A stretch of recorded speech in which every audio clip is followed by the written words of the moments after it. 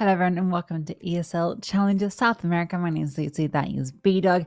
We've got two very exciting best of ones to take you through this evening. Back-to-back ones, in fact, Brandon. Yeah, look, it's an exciting one. If you're unfamiliar with how the format really works, basically there's a lot of teams all thrown into one big bracket. They all play each other twice in BO1 formats, and typically the way they've been laid out is that it's kind of back-to-back. So each team will play each other twice in one go in a back-to-back best-of-one format. As you can see there, look, the top 10 teams out of 16 will make it through advance to playoffs. The higher you place, obviously, the better you'll do. And with 2 Pro League spots up for grabs, it's all to play for. You want to make sure you're doing really well in these BO1s. You want to place as high as possible to kind of get your best shot and your best foot forward when it comes to the double elimination stage playoffs. Yeah, exactly. Two Pro League spots, that's what it's all about. And for a lot of these teams, that's a massive deal, really, right? ECL, the whole format is basically set around bringing teams up from the tier 2 of different regions to the very best and competing on the international stage. And I mean, there's a few teams here that we've seen on the international stage quite a bit in the past, including one of the teams that we're going to be covering this evening, which is paiN. But yeah, you've got other teams like Imperial in the mix and a few others, which are going to make it tough competition. And it means teams like Case, who are the other team that will be battling out today against paiN, have a lot of work ahead of them. Yeah, they really do. Look, this is going to be a tough battle for Case because they've been struggling quite a lot domestically. To be honest, within their region, they've been quite up and down, and it's a shame. And I feel like a reason for that is because the roster in itself lacks a little bit of experience. You've got players that have come in from various academy teams and projects. You've got a couple of players that have been around for this Case roster kind of since its inception and have been here since the very beginning. And it's kind of just meshing together that culture, but also kind of inspiring belief in the team, because where players, I think, have stayed in the roster for quite a long time, the likes of RCF and Yeps, for example, what gets quite difficult is you kind of get stuck in a little bit of a mentality where it always feels like we're nearly there, but not quite. Let's take a look at some of the recent results, of course, in the Challenger League and see kind of currently where we sit. Fluxo, Imperial towards the top of the pack. And you might notice that towards the bottom, look, paiN has sat on 6 matches. They haven't really played too many. Same with Red Canids. And unfortunately for 9Z, they forfeited a lot of their games due to various events clashing and their boot camps in Europe. That's what paiN also kind of sacrificed some of their losses for. The 2 matches and 2 wins that they've played have been the only ones they've actually competed in so far. So they've got some catching up to do. Yeah, it's a slightly misleading position on the leaderboard, but yeah, you're absolutely right. It means they have a lot of catching up. You forfeit those 4 games, and yeah, it suddenly puts you well behind everyone else. I think what's really interesting is, yeah, Fluxo towards the top, and Adalia Amigos. Yeah, that's an interesting one. Didn't expect to see that team at the top because, you know, there's some pretty big names amongst the mix here, and a few that are struggling. 9Z. As mentioned, because of the forfeits, and even like Odic, I thought might be doing a little bit better given this team had some pretty decent showings lately. They looked pretty good at the IRMR. But yeah, for paiN, who literally just comes back at the major, you know, they're probably feeling the high right now. This team almost made it to the playoffs, right? They were one best of 3 away from the playoffs. That's how in form they are currently. However, there is a slight change in their roster, Brandon, since then, at least in what they're presenting in Challenger League, which is interesting given their success of late. Yeah, of course. Look, Nissim was on loan from Sharks. That deal expired at the end of March. It has gone back to sit on the bench. paiN actively said, kind of in their press release, that they are potentially looking to sign him on a permanent basis. So whether kind of talks will actually be complete and negotiation with the organization sort of come through, for now they're using Nightin. Very similar name, very different player. Comes from paiN Academy. so has kind of come through that graduate program, and I still think that's really good. And I feel like this is something that South American teams do a lot, is they will actively promote players in their academy teams and kind of try and rise them to the ranks. And to be honest, if you're Nizin, you're now going into a team that's got a lot of experience. Sure, there's a lot of expectation, and with that comes pressure, but you're having the tutelage under Big Zero, who's one of the best IGLs in the South American scene right now. So I think when you take a look at that, you might be thinking, okay, that's a tough sort of shoes to fill, especially when paiN had such a deep run at the major. But to be honest, I feel like he's in the best sort of roster he could find himself in, and his development will kind of skyrocket exponentially, in my opinion, rather than just kind of fall a little bit flat. Yeah, I think it's already a testament to the qualities of paiN's organization, because there is a leader in Cowles, right? He's the other example who was an academy prospect as well, but with Furier, and Yeah. joins this team and continues to thrive. Which has been really great to see, because you do worry when a youngster joins a pretty top tier organization, that they might have some struggles when it comes to the big matches. But Kawhi has been a great fit for this team. Yeah, let's talk vetoes. Let's see where this one is going for our first best of one between these two teams. And well, in fact, it's just appeared immediately. It's going to be Nuke, and to be honest, that's a really good middle ground for both of these teams. Both have played it a handful of times. Both have got very significant win rates on it, and I thought it would either go here or Mirage. paiN had the choice. They go, okay, well, first up, let's try Nuke, and if that doesn't go well, then they'll probably try and steer it towards Mirage. Yeah, honestly, Nuke feels great for paiN. Yeah, it can be a bit of a tricky one in a best of one if you get the T side and all the rest. But with the way paiN were playing Nuke at the major in particular against like the best teams, they look really good on it. So I think they're very happy for this to be where they've taken it to. And yeah, I think it's a good decision to not go onto a Mirage against a team that is a lot lower than you on the rankings, that you're so much more favored against. You avoid those more puggy style maps. Keep it where you can flex your tactical depth. And yeah, I think that's the right call to send it in that direction. Yeah, K's have had some good win rates and good matchups in the past. They're on a 3 map winning streak right now. They beat Odic last month. They beat the Adali Amigos team that only yesterday on this map. So they're going to be feeling like pretty confident with it. I feel like this is a really good chance for them to showcase their skills. However, I would agree with you. Look, the caliber of competition that paiN has been playing recently definitely outclasses that of Case. So it's going to be a little bit misleading on the statistics. It's going to be very interesting to see how they match up in the server.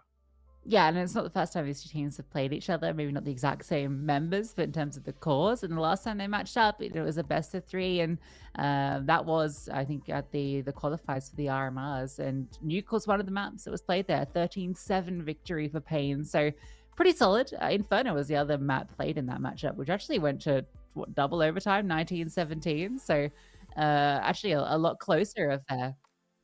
Yeah, absolutely. And look, we've got a player to watch that we should bring up, and that player I think has to be Cowers. I think it really showed his sort of prowess and kind of fits the narrative of what we were saying about the development of paiN and just allowing youngsters to kind of blossom. We've seen that with MIBR and their acquisitions. We're now seeing it with paiN, and the fact that Cowers integrated himself into the roster so soon, and also was really impressive against European competition, like some of the best in the world at the major. That's got to be filling him with a lot of confidence. And in this best of one in particular, I feel like he's the guy to definitely keep your eye on when watching. Yeah, I think we know when we look at paiN, there's going to be a lot of players that people are very aware of and are familiar with based on the major. We know because there is a really great fragging agile. NQC is one of the stronger AWPers in the region, in a region that's not necessarily dominated by AWPers. I'm running, looking at Case, who haven't had that many appearances in bigger events and the like. Is there anyone in particular you'd want to throw in the ring that's worth keeping an eye on? Yeah, definitely Snow, or I guess he goes by Snow now, but he used to be going under Snowzin. I played for Young Gods and also played for Los Grandes Academy.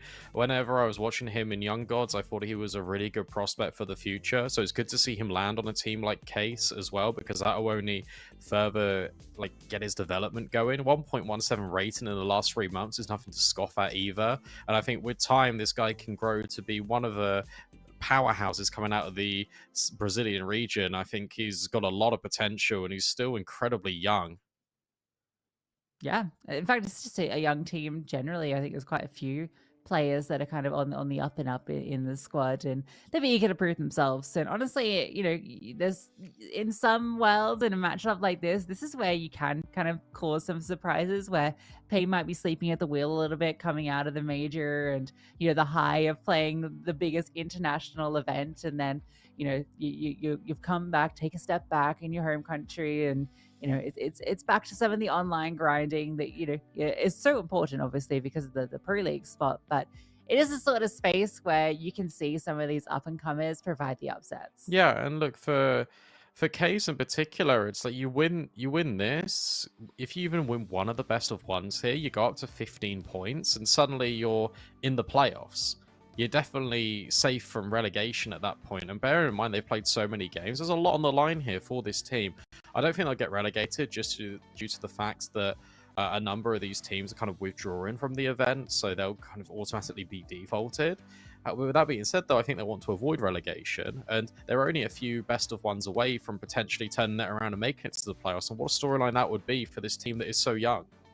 Yeah, absolutely. In the playoffs, obviously, that moves into, I think, some of the best of threes, where there's a bit more room to start flexing. Because best of ones MR12, it's hard.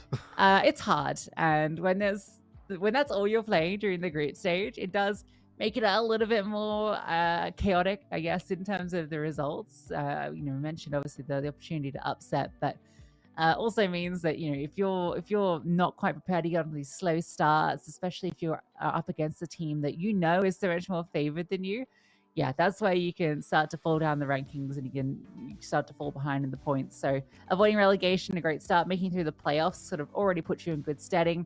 Obviously, the ideal is to end up in the upper bracket of the playoffs, but just making it through the playoffs is a big deal. Yeah, especially from the position that they're in. And I think these are their last games as well, if I'm not mistaken. Although they will get the 2 victories from beating 9Z. So I feel like these games are actually really important for case to try and pick up. I feel like it's going to be a difficult road for them. Obviously, you're going up against one of the best teams in the region. But I feel like that they can definitely try and pull something off, and it'd be exciting to see them do it, especially because, as you mentioned, the team is incredibly young. For context, by the way, I was talking about Snowzin. The guy's 17 years old. Like, we're talking really young like prospects on this team, going up against sort of an older guard of paiN, but mixed in with academy graduates as well. It also is interesting just kind of playing against these teams if you're the likes of Snowzin, because you're like, okay, well, this is where my career could go. Opportunities being given out to younger players stepping up. You make a wave here, suddenly who knows where your career could go. Yeah, absolutely. A massive consideration. But with the knife round concluding, that means we're going to be jumping into Nuke. See the shiny halls. So do the fly over. We won the knife round. Going to be very important. paiN on the T side. Case to be happy with that. At least they start on the favored side. Yeah, they will be probably feeling pretty comfortable with that, to be honest. RCF immediately going to look outside and take some liberties. Already spotting heads. NQZ will swing, and it's dink for dink and tap for tap. There's the main soap that trickles on down. Plexi call it a Hallzerk. paiN looking to take space outside, and they've comfortably done that. Yeah, no one's spotting either. So, case, the only information they have is from RCF, who does spot at least one, gets away. This is cool. So they've shown presence secret.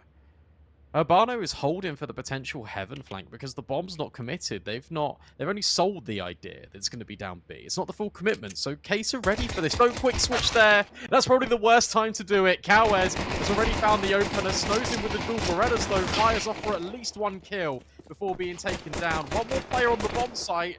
Okay, and Yeps has been dealt with. Yeah, Yeps just completely overlooked. Just sitting in the corner, not seen. Door shut. Means there's no way in except through hut, which is certainly going to be kept an eye on. Purely edges through. Has the kit, but I think without being presented an early kill, it's making it very tough for him to even enter the bomb site. The door shutting in his face. Well, that's a little rude. No guests allowed. We didn't knock. It's That's common true. etiquette. Tried to just force his way through the door. Wait, he's got a kit. He's got a kit. Oh my god. Has He's he got actually it? getting injured. He's injured it. Wait, you might have enough time. Oh my god, he took his bomb. That's incredible. Oh, yeah, you can't stop the intruder. Riccioli, what a masterclass. My guy has just ninja'd paiN. And immediately into the pause. They are not happy with what's just happened. That round has been robbed from them right under their nose. Yeah, you gotta keep one player there. Lux was there, though. Yeah, but not... It was fine for heaven. I don't know, nothing was... It wasn't... Yeah. They had no idea, like, what was in lobby because no one had been there. There could have been 2 players there the whole time. Oh my god. Well, you live and you learn. I like in that entire round, my favorite thing, of course, that ninja was cool, but it was just Yep sitting in the corner not shooting. Like, is this for me? Like, is this bomb site for me? And he just gets completely deleted, just instantly. Poor guy. He'll be fine though. He's chilling. Kesa just won the pistol. They upgrade. This wasn't going to be the rifle round they expected. Oh, that's rough. They've got 4 AKs. Ow. Spam. Oh, further spam. Lux brought low. So you've crossed with the bum.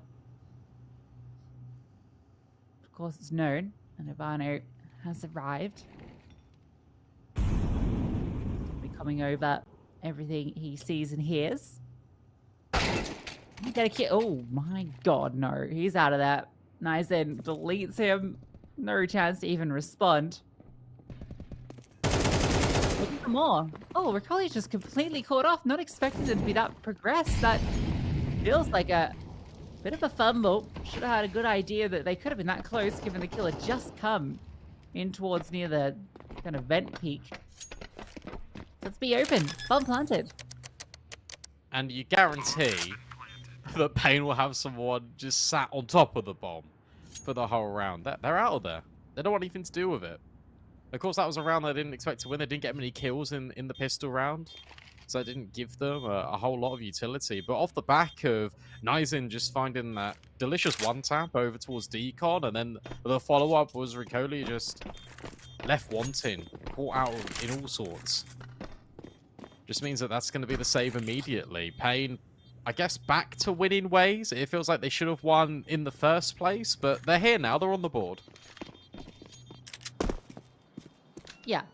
They get their round. They feel like they've maybe should have earned a little earlier. Oh, yep. Looking for the kill, but can't quite get it with the MP9. That would have been nice. At least you've saved your 2 M4s, which is pretty tasty. Can you imagine the force around them so an MP9 can be dropped? Potentially a second. RCF contemplating it. No, just going to buy util. So the 5.7 will be used.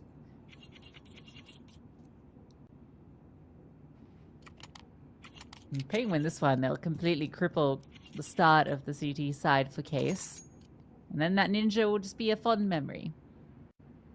Wonder why Snow dropped the Zin. Nye has still got his Zin. I know there's like lore. I that's the only way to frame it, I guess. There's lore behind Brazilian nicknames. I know that when you add 0 to your nickname, it's because you gain respect in the community. So that's why Bigu Zera's got his. Obviously, Cold Zero. But I wonder what there's definitely something behind Zin, because a lot of players have Zin at the end of their name. Yeah, it'd be interesting to find out.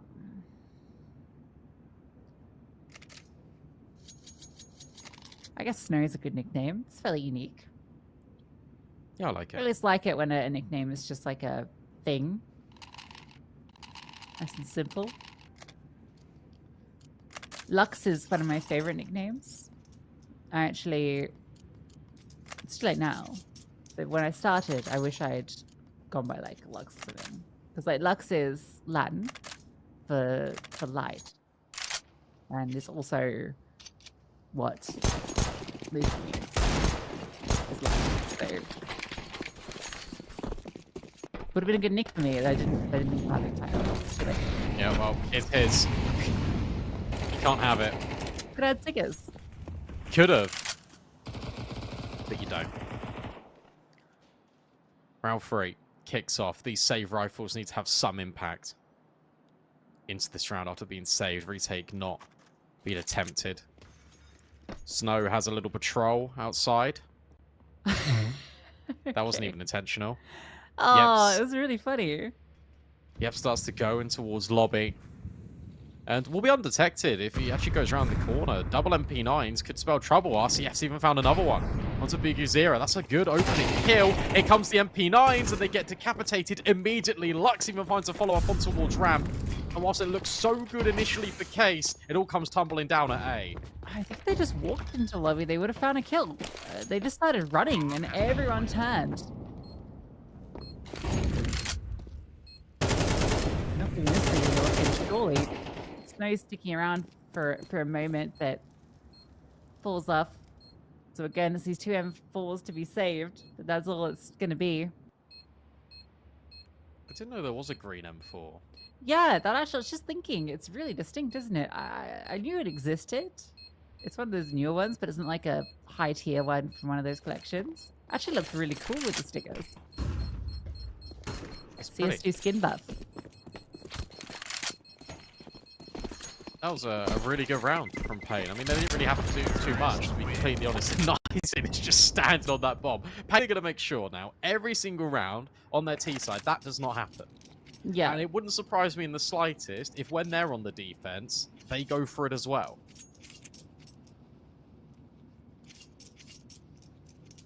Yeah, once that happens to you in a game, it's never going to happen again. At least, on, you know, that series.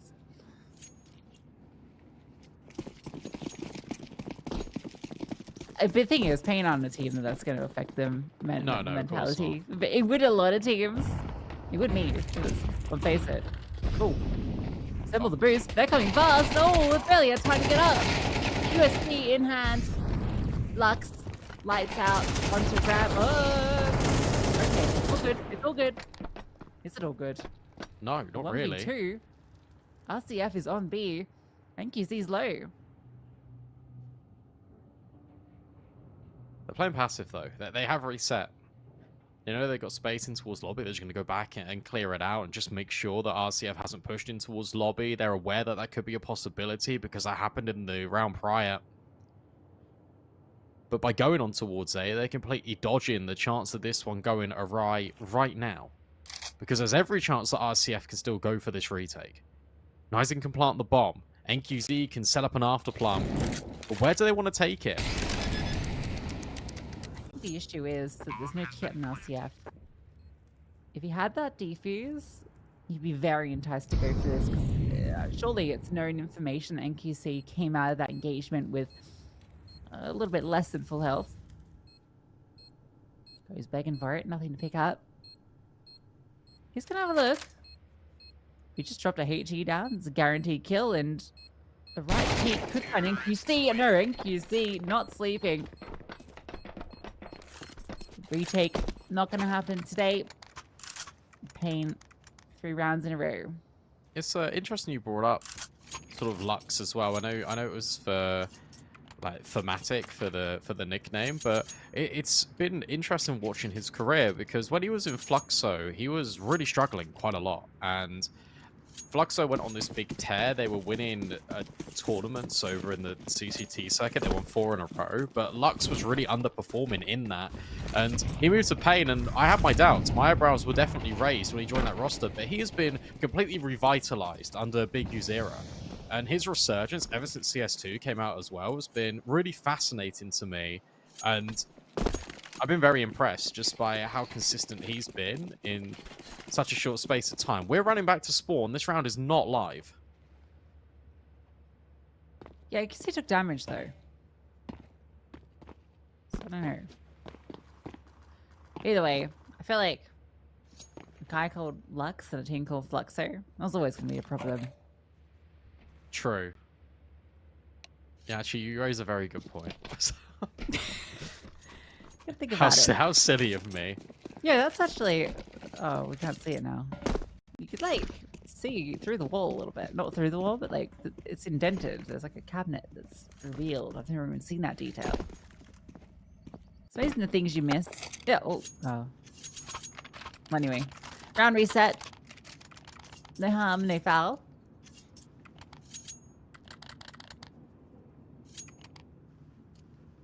Yep, so we're back to it.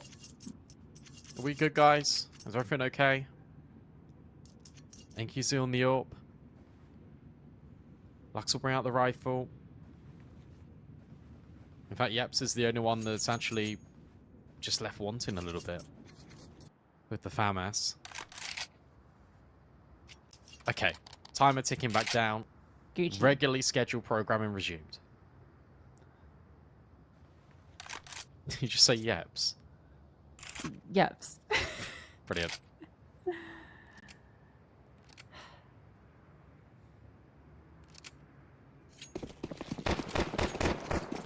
RCF play radio. That would be really funny.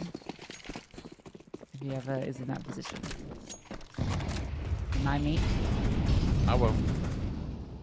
You can see another chance outside. Round 2. And same situation. This time no one's peeking him just because they're not peeking him, not because the round's off. Smoke's distributed for the cross. Sarah looks like he wants to go around this corner. There are 2 players both in CT versus he continues to scale. Great opening kill and huge amount of space being taken. Look at how he's avoided them over the top.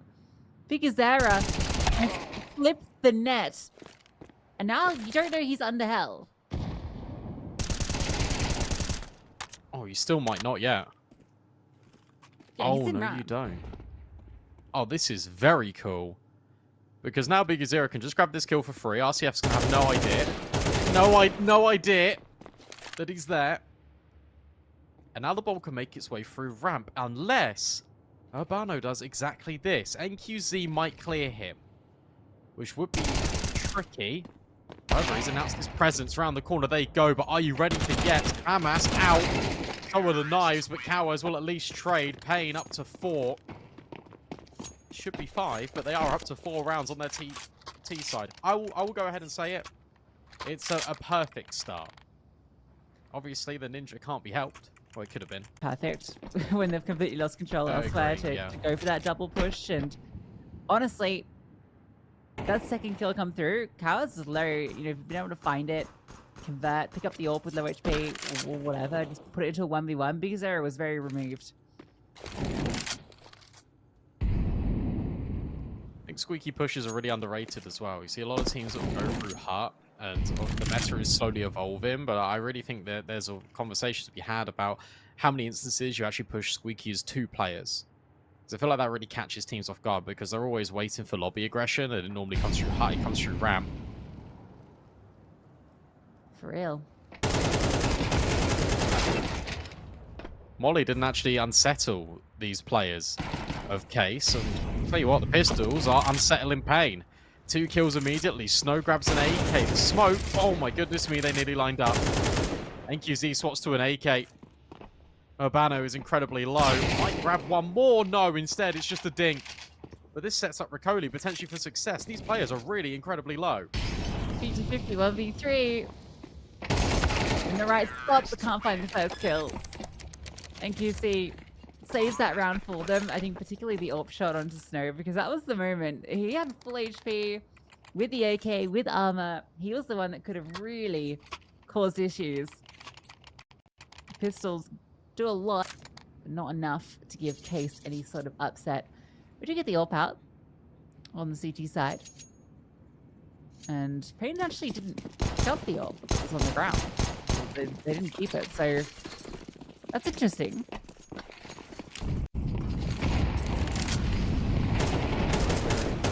It's on a bit faster. Oh, ouch. Spam and flames, that'll do the job. And Biggie Zero is once again going to get up to his little shenanigans. This time, pushing through. Just at the perfect moment that Yeps has gone down the vent. Thank you very much, 3A bomb site.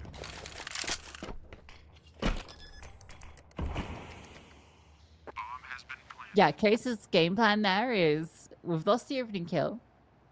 So we need to make an adaptation, and we're just going to gamble that they're not going to hit into A immediately. We're going to bring extra bodies outside to deal with the positions that paiN have been frequently pinpointing on the T side, and we're going to have another player over towards ramp just to make sure there's no split. Unfortunately, the exact worst thing happens, which is everyone just goes into A. At least they hold on to like pretty much all of their investment though. Because the money was running really thin, so they keep the AWP on RCF, they keep all the rifles alive as well, bar Ubano. That's fine. You can even drop one over to him. So at least you've got everything that you brought forward into the round, basically. But what's worrying is the fact that paiN are winning these rounds pretty much within the first 10-15 seconds.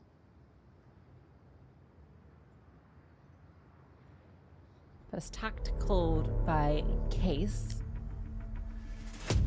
Definitely feels required. Now, Although, to be fair, it feels like we've not seen that many gun rounds from them. no, we haven't. I don't also throw a spanner in the works, but we are saying Case, but it also might be Kase, because this is the Esports org owned by Casemiro, pro footballer. Yeah, you're absolutely right. Kase. Apologies, Casemiro fans.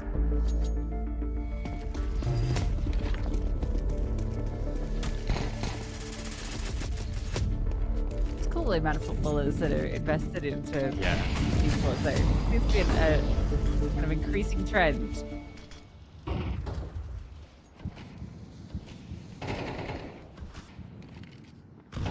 It's more like it. And open up and aggression. Yeah, look at this. Oh, not even needed. Okay, eventually RCF gets a kill in the push.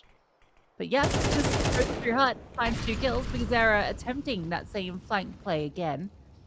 Getting tricky with it. You see, finding some distraction. That's given space to Bigazera. But only for a moment. Oh, dear. okay. Oh dear. Self-immolation. That's a round back on the board. And one that just comes off the back of some very controlled aggression in towards lobby. Yeah, for sure. And look, what I will say though is it's T-side Nuke.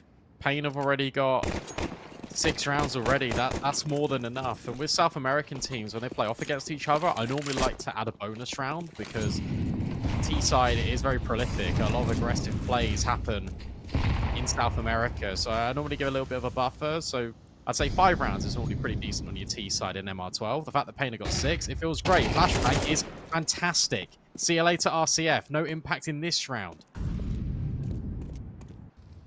Yeah, timing on the peak couldn't have been better for Bigazera. He was in a very scary position, and that might say was a perfect counter. Oh, they're trying to force their way through. And it's not worked out. A double setup on ramp. This speed they're undoing. It is no. Ice cold. An avalanche of frags. And Bigazera, with all the impact he can find outside, has nothing that he can continue with. I mean, I like the idea. Gets his kill, gets across secret. 4 players through ramp should be simple, right? But no, it is not. I feel like they needed to wait for Bigazera to take the next point of contact because they flashed him outside, and then you can leave just your players in towards lobby. You don't need to immediately aggress in towards ramp. What's the one thing that Kase have been showing throughout this entire map so far? When they lose outside, they push lobby. So if paiN is set up to maybe punish that aggression, if it didn't come in, well, you're still making the play off Bigazera. And if he falls, you've only lost 1 man. Instead, they all commit through the ramp side. They get churned up in the setup. And now suddenly, this CT side is starting to build a bank of rounds.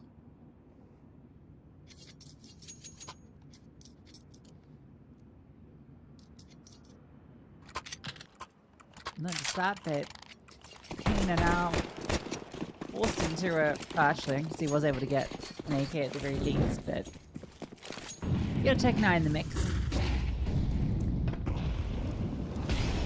Oh.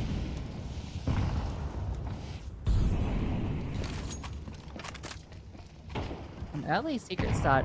Whoa. No. Oh, the spam. Perfectly timed.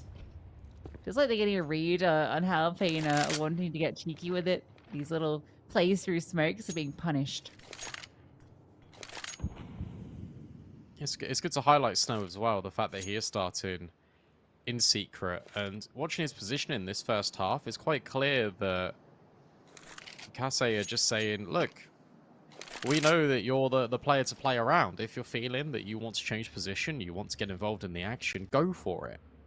And the CT side will adjust accordingly. And it's very cool to see, because normally, obviously, you see that with a rifler. Sorry, with an AWPer, but to see that with a rifler is a bit ingenious. Last-ditch attempt from paiN into this round. Going to try and burst into a Inferno at CT vent. Well, yep, slowly. Okay, those 2 kills. Should be aware that there's one more at backside because Zera has found that equalizing frag. And out of nowhere, this 3v5 becomes a 2-on-2 RCF. Ready for Big Zera's reaggress, and Lux has been having a good map, but he is low HP. Has a good timing on the RCF. No, it's not going to happen. Snow clears him before he can find the kill. A great attempt to breach A, but couldn't quite close. That will happen because the player on Mustang was super loud, actually stepped over there, so he just gets pre-fired by Kawes. And the dominoes just start to fall on that A bomb site. 2v2 looks winnable if it's not for RCF. So he grabs that kill onto Big Zera, and then low HP on Lux. It always felt like a difficult task, and Snow walking through, regrouping with his teammate, coming to the closest point of contact with him. Just able to delay that timing. And suddenly you've gone from a position of weakness to a position of power, really. 6-1 to 6-4. Lux down the vent. He's not the one with the bomb, though. It's NQZ. Yeah, I think it's all just to cause distractions, to make them feel uncomfortable knowing that Lux could be in the back lines. He's not been loud. I mean, sorry, not been quiet about his approach. He's been loud, very loud. So I have my doubts that he'll be able to find anything. He should get caught on a timing any moment. Oh, no, the other way, but it's okay. Controlled. Nice and able to get RCF, which means that now the HP player is pinned at the back of the box. Snow trying to alleviate pressure that he's forced back. And they've managed to breach ramp. Recovered rifles and smokes. Bomb plant. Quite a possibility. Should be imminent. Unless Urbano can do anything about it. But paiN have gone silent. They're waiting for aggression. They're waiting for something to come their way. If they're able to get rid of the player at Hell, suddenly a pathway opens up towards A.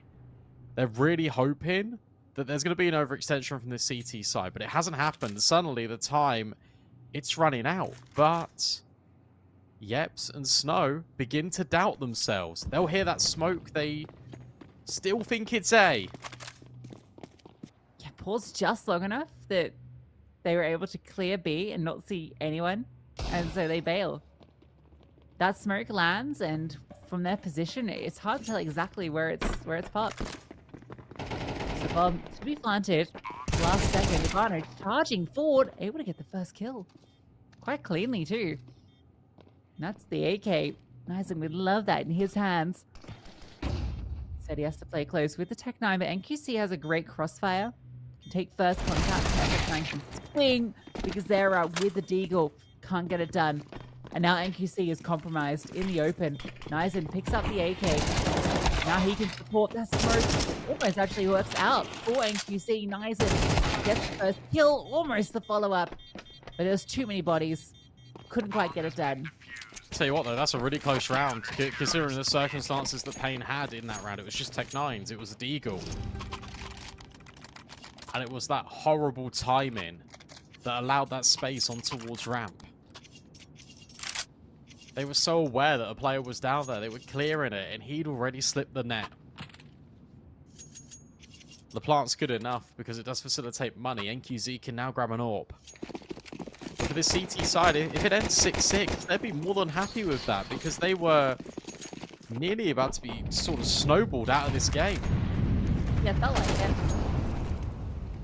They can get an open net off the back with NQC's AWP. Snow is very aggressive around these smokes. Walk past because they're grabbing him. So it's immediately a refrag. And these outside smokes, if there's no commitment, then Snow's going to know. And hold that cross.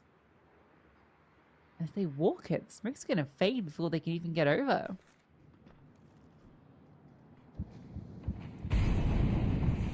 It's quite dodgy from paiN, because there's just a huge gap here. Snowzin's just seen one. He knows. But he can't get the kill. And now everyone can cross. The main pressure, because there's a smoke on it from Lux, he can actually just walk into A and he'll find it completely free. They can come back. Yeah, that's great. Great response from Lux. They're going to peek outside, but it's too late. Already crossed. Lux is locked down A. Lux is going to be attempting a solo with the Org. Lux providing coverage. And a 4v2. I feel this one should be locked in. Yeps and Novato will give it a go. Kits. Flashbangs. Lack of information about the post-plant positioning. You can see they're even worried about Garage. Yorp holding the line. NQC strikes for another. Leaves it to Yeps, who's made a footstep. You can see the immediate swivel from all the T's onto the line. NQC with another, and it'll be 7 for paiN on their T side.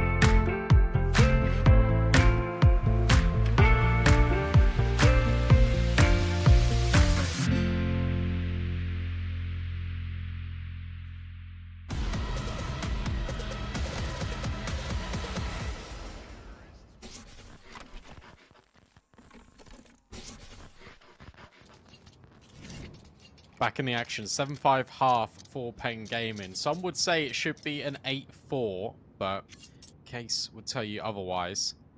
Now we're on the CT side for paiN Gaming. This is where they do their best work. A near 70% win rate of all CT rounds played for them in the last 3 months. Yeah, it's pretty good. It's not bad. Big number better. Often the case I find with most things in life. Molotov for Cowher's position. Force him off the line. Flashbang over and a follow-up. Oh, Sosha's gone for the bomb plant. Oh, this is a nifty pistol round. Oh, I love it. I absolutely love it. The issue is you've got no post-plant positioning. I hate it. That's so weird. Oh, you got the wrap. Okay, no, maybe I do love it. Let him cook. They're fighting kills. And how's the bomb? A knife attempt? Oh my god. NQZ, can he win this? No, he's got no time. He's got no time. This is the craziest pistol round. Or pistol rounds. The cards they have won have just been absolutely unreasonable. I changed my mind. I love it. Yeah, I'm using that one every single new game forever. Oh no. But the matter of the fact is, by actually just doing that causes so much disorientation that you can allow flanks to come through ramp. And you've got players that can then go out main. And suddenly you're actually in post-plant positions without taking the bomb site. That's actually really cool. Yeah, that's fun. That's really fun. I do a similar one in Wingman. So. Ooh. You see, with the scout, yes, this tag on the snow. They have forced into this round.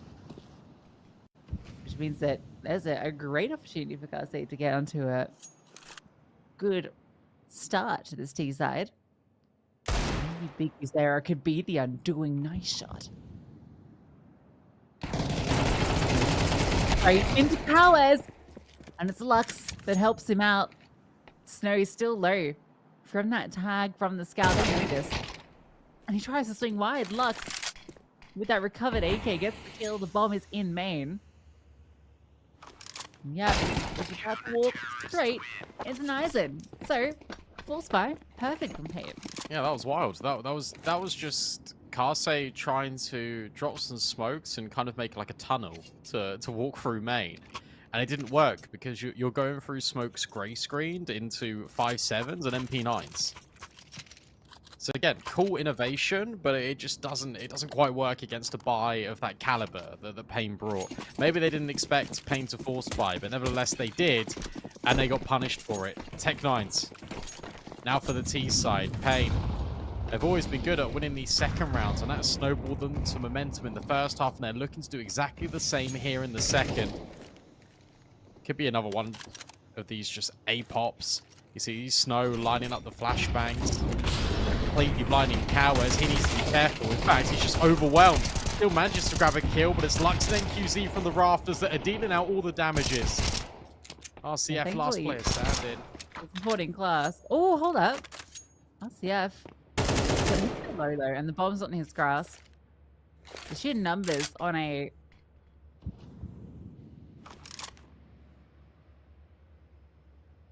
shouldn't be possible for RCF, although he's got for a very long flank. The issue is, as the time ticks, there's going to be an awareness in paiN that, yeah, it's a possibility. Won't be allowed.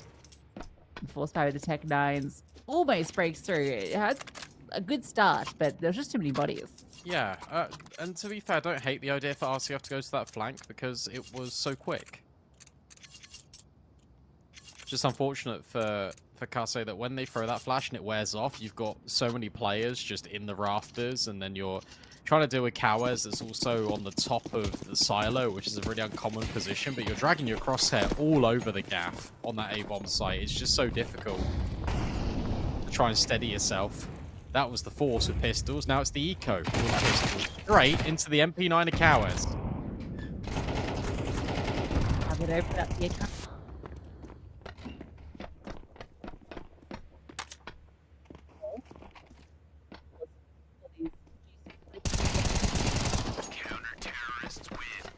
They'll be just as happy with Lux surviving. One's in chat. Double digis in the server, paiN Gaming.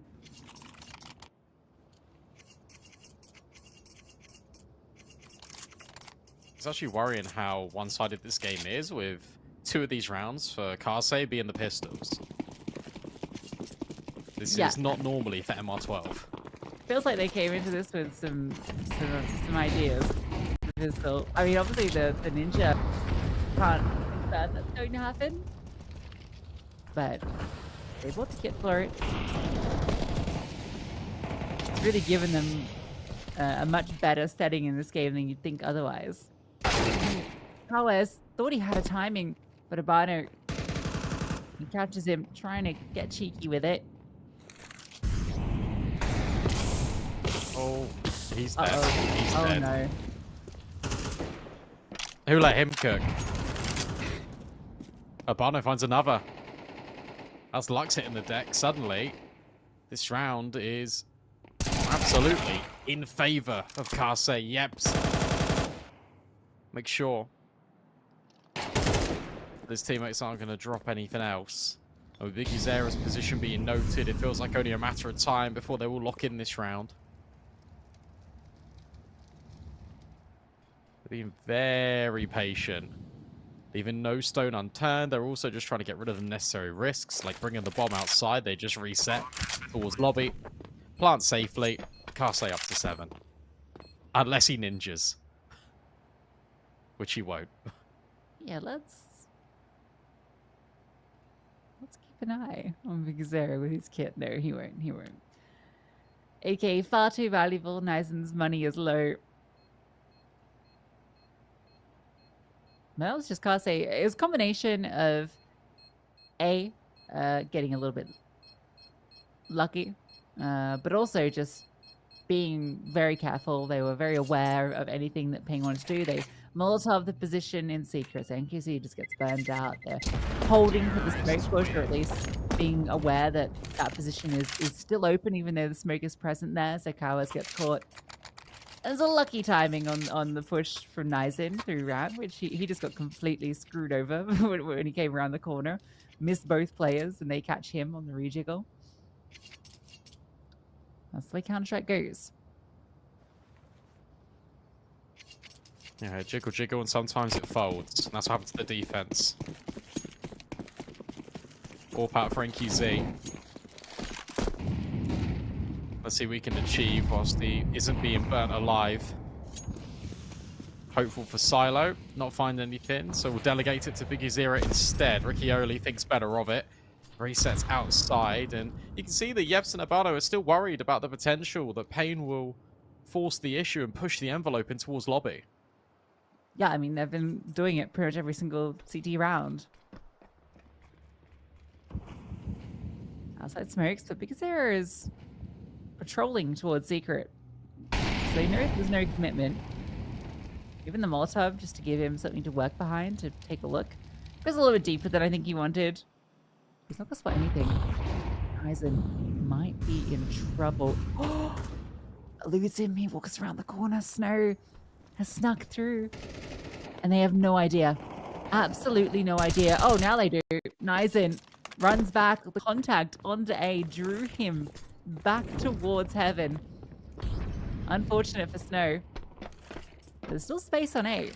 Yeps has entered the bomb site, and there's no one defending. Yeah, Nicen's closest responder, with Lux falling outside.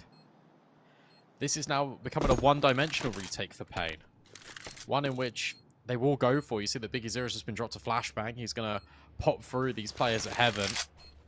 They've got to make it work. Double nade, but no one's home. Flashbang goes forward, but these players are already tucked outside. There is the player towards secret, dealt with by the Orb. Time potentially running out. Urbano can't win his fight. He can't finish his dinner, but Yep certainly can. Already denies the bomb, and suddenly things become very complicated. Big Zera dancing around the smoke is Yeps, and that is a fantastic 1-on-3. Yeah, sick clutch from Yeps. The smoke was way off the mark. I don't think they realized where it was planted, because it was kind of the close hut plant, not the mid side, or maybe the smoke just got caught on the edge as he deployed it. But I felt like that retake had paiN's name written all over it when the Big Zera kill comes through on the outside leg, and then they find that player that's towards vent.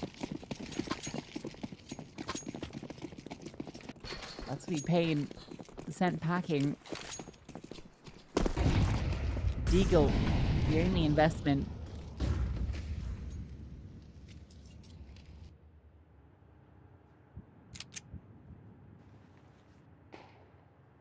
Yeah, this is a difficult one for them to get involved in. So they do the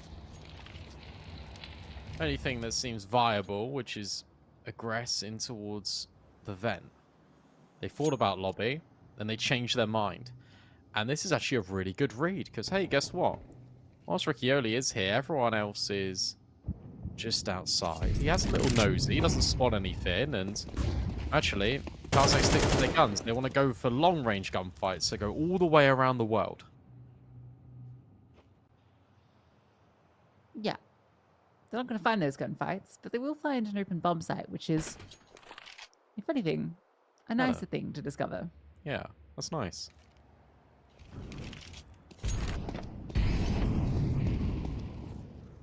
Well, you have to stack somewhere. A 50% chance of getting it right. Bomb has been planted. Unless you're on Valorant, lol. But there's 3 bomb sites on the map for some reason. It's probably also not 50% because the A site is more statistically likely to be hit than the B site. Yeah. But I guess it is inherently still 50% because there's 2 bomb sites. I don't know what you mean. I don't think that's how statistics works. Yeah, I don't know, me neither. I just talk you over the game, I don't do the stats. Number. Go up. Time for car save. Eco kill. For a few. And all cities fall in the end, so Abato the only T to meet that fate. A 1-round game, suddenly, out of nowhere. Yeah, Kaze have been looking really good. They've been very inventive on this T side, and paiN just aren't really too sure how to deal with it. They've left A vulnerable and susceptible to a lot of mid-round antics from Kaze, and as a result, paiN have got to kind of come up with a solution. We haven't seen them go towards ramp all that much. When they've been taken outside, there's been a prioritization towards secret and garage rather than actually getting aggressive towards red. So maybe something's got to change in that department. I'll have to wait and see what their response is. Nice in. Spamming by radio. There is RCF in radio. I've been waiting for that moment. Thank you for the reminder. We're gonna pounce. Nice and drops the incendiary. It's actually a great incendiary. It's a real shame that no one was there to support in hell immediately because they were completely split off the back of it. Riccioli would have been out in the open. But they're not gonna commit. They get the ground. Oh, okay, that's why they're not committing. I think it's a rounds off. But Unlucky. Riccioli to damage. Yeah, I think they're still not saying it. That's Maybe? okay. No? Yes? No. No. Goodbye, cowards. Okay, well, gentleman's agreement. No one felt a killing blow, so instead we're going to reset the round. It'll come back to us just for a moment whilst we get the round restarted, we get the game back underway, but that's a shame because it's kind of, it feels like a moot point to what is otherwise a very fascinating game. The fact that Kaze have been able to build back into this after paiN have won both of the second rounds in a row and then converted the first gun, it feels like it's always set up for them to be able to close, but Kaze just constantly like nipping at their heels and being like, no, come back, we're literally right here with you. Yeah, it feels like almost all these rounds are defined by the opening engagement. And honestly, this is a great performance from Kaze. I still think, you know, it's closer than maybe it should be because of the pistol round shenanigans. But, yes, you know, you come through and you win both pistols. I mean, that's going to put you in a great position. And I mean, we talked about the potential upset. Kaze is certainly making a case for it. This T side is already looking actually pretty decent once they got the guns out. Yeah, they are, and it'd be interesting to see if they just run the same round back, because even though that round is now going to be reset, you're in a position where you've shown that that's where you were going to go. You were going to go and hit ramp, and now you're on psychological hours now, deep into the game. You're going to have 2 players for paiN and now going to go towards ramp early, and they're going to say, we shouldn't have seen that because we crashed, so we'll keep 1 player over there and they'll be all sportsmanlike. And will Kaze completely change the narrative of where they wanted to go? There's so many questions, and I just want answers. Well, you're not gonna get them right now. You have to wait till we're back in, but which is gonna be now, Brandon. Okay. So we'll get your answers right now. I All lied right. to you. It was a trick. I'm sorry. It was rude of me. It's okay. Please forgive me. They've changed their mind.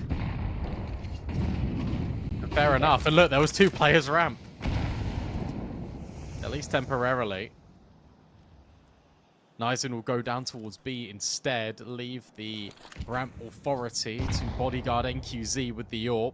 Nade outside does damage. Now for Snow, Riccioli and Urbano, they need to drop their smokes. And with Biggie Zero blowing this one open, it's actually really nice because I think Nizen is now going to get the jump on Riccioli. Yeah, because they're a great spam kill on the follow-up. The smokes were thrown by hand, and so they kind of loomed weird, right? It was really deep towards Secret, which gave Nizen so much space to play around. So An I'm attempt. I'm just in disbelief because there was AQZ and Big U0 that were just in second vent. They just both got mollied out. Yeah. Why were they both there? Well, to get the kill, which they did. I guess. You think the chicken didn't cross the road to get the other side? Why are you asking questions like this? Maybe they wanted to go for a boost. Yeah, that's possible. That's been heard. Big U0 knows it's a save. Because Zera's going to come over that RCF has dropped. Roger on the radio. Oh, he's gotten away. Oh, no. Still hanging out. Yeah, not a secret anymore, he's there. If Big Zera had held that angle, RCF might have been in danger. He still is in danger. Oh, Ooh. that's cheeky. Oh. No, that's for the info. They've seen him. Good luck. Molotov, flash. Oh, that's enough, actually. Peek. You don't need to peek. Oh my gosh. Everyone has that teammate that just peeks.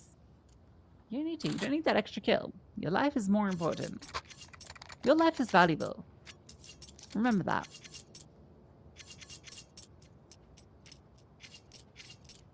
Good sentiment. RCF keeps his AWP. NQZ, of course, still with his. Potentially one of the last buy rounds to Case as well, because if paiN win this, suddenly Riccioli can't buy. Urbano definitely can't. It's going to be shocking when it comes to the finances. Bomb plant bare minimum. Round win desirable for this T side. And now's the round they might start to reevaluate hitting into ramp.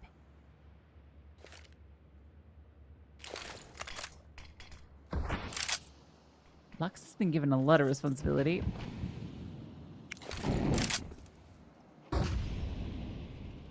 Any player that's kind of close to main and outside. I suppose you've got NQC sitting deep. He's also got Squeaky to be concerned about. A fake out? No, they are actually hitting through. Snow has managed to wrap through the main smoke. Given them the space, Powers performs the 2. And that might be enough to give paiN something in this round after Kase have managed to find a way into A. Because they're up, comes at the vent, but it's only one that he's allowed. He pitched off the bomb. And NQC on the line, hits the AWP, hits his shot. RCF forced to clutch. And NQC has been so mobile. But with the bomb in front of vent, that's given a free passage down for the plant. Yeah, now he can take this anywhere. Just got to be careful that Nizen doesn't find him on the way out. He might not be ready for someone to be so close, and he isn't. Had an opportunity to hit that shot, but can't quite adjust in time. Nizen collects. They even trade weapons before cutting the wires. paiN up to 12. There is that map point. I suppose series point for the BO1. Urbano's the only one that's left a little bit wanting. Otherwise, it's going to be a pretty comprehensive buy. Case need 3 rounds of perfect CS to force OT. Yeah, the bomb plant is a lifeline. It's something to work with. It's AKs for the most part.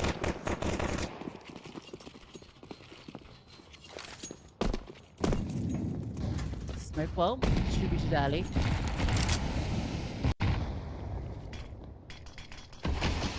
Zara's been having a decent time outside. Quite mobile. Spending a lot of time towards Secret, which is where he's looking to play as he edges the smoke. A tuck in from Snow into Dark. And again, the utility for topside. I don't think Kazi are going off this. Just a barrage to keep interest, but the flashbangs don't hit Cowards at all. So he knows no one's coming. NQC though, he spotted 2, including the bomb. I can't believe that nade didn't do any damage to Snow's outside. I'm actually just still in disbelief of that, because that landed right on top of his head. Lux retreats a little bit. At the same time, Big Zero drops the smoke, and NQZ will fall. And that was the AWPer over at ramp. So now Urbano can apply consistent threats. Snowzin's hit a mad timing. Yeah, this is crazy. How's he managed to get here? Okay, he's known. He's loud. But it means Towers is watching heaven. Perfectly executed. Lux trying to get something back, but it's all on the newest member, Nizen. That's good, because he almost lines up the second through the silo, but at least Urbano was there. Double digits for Kase, and the money is now in similar situation for paiN. Yeah, they got an eco. They got to play for winning 13-11.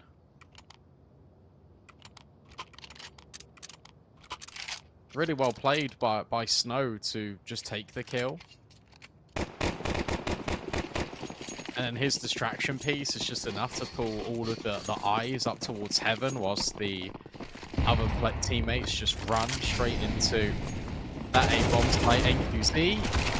Can't find anything, and the pistols do absolutely nothing. This will be a full 24-round game.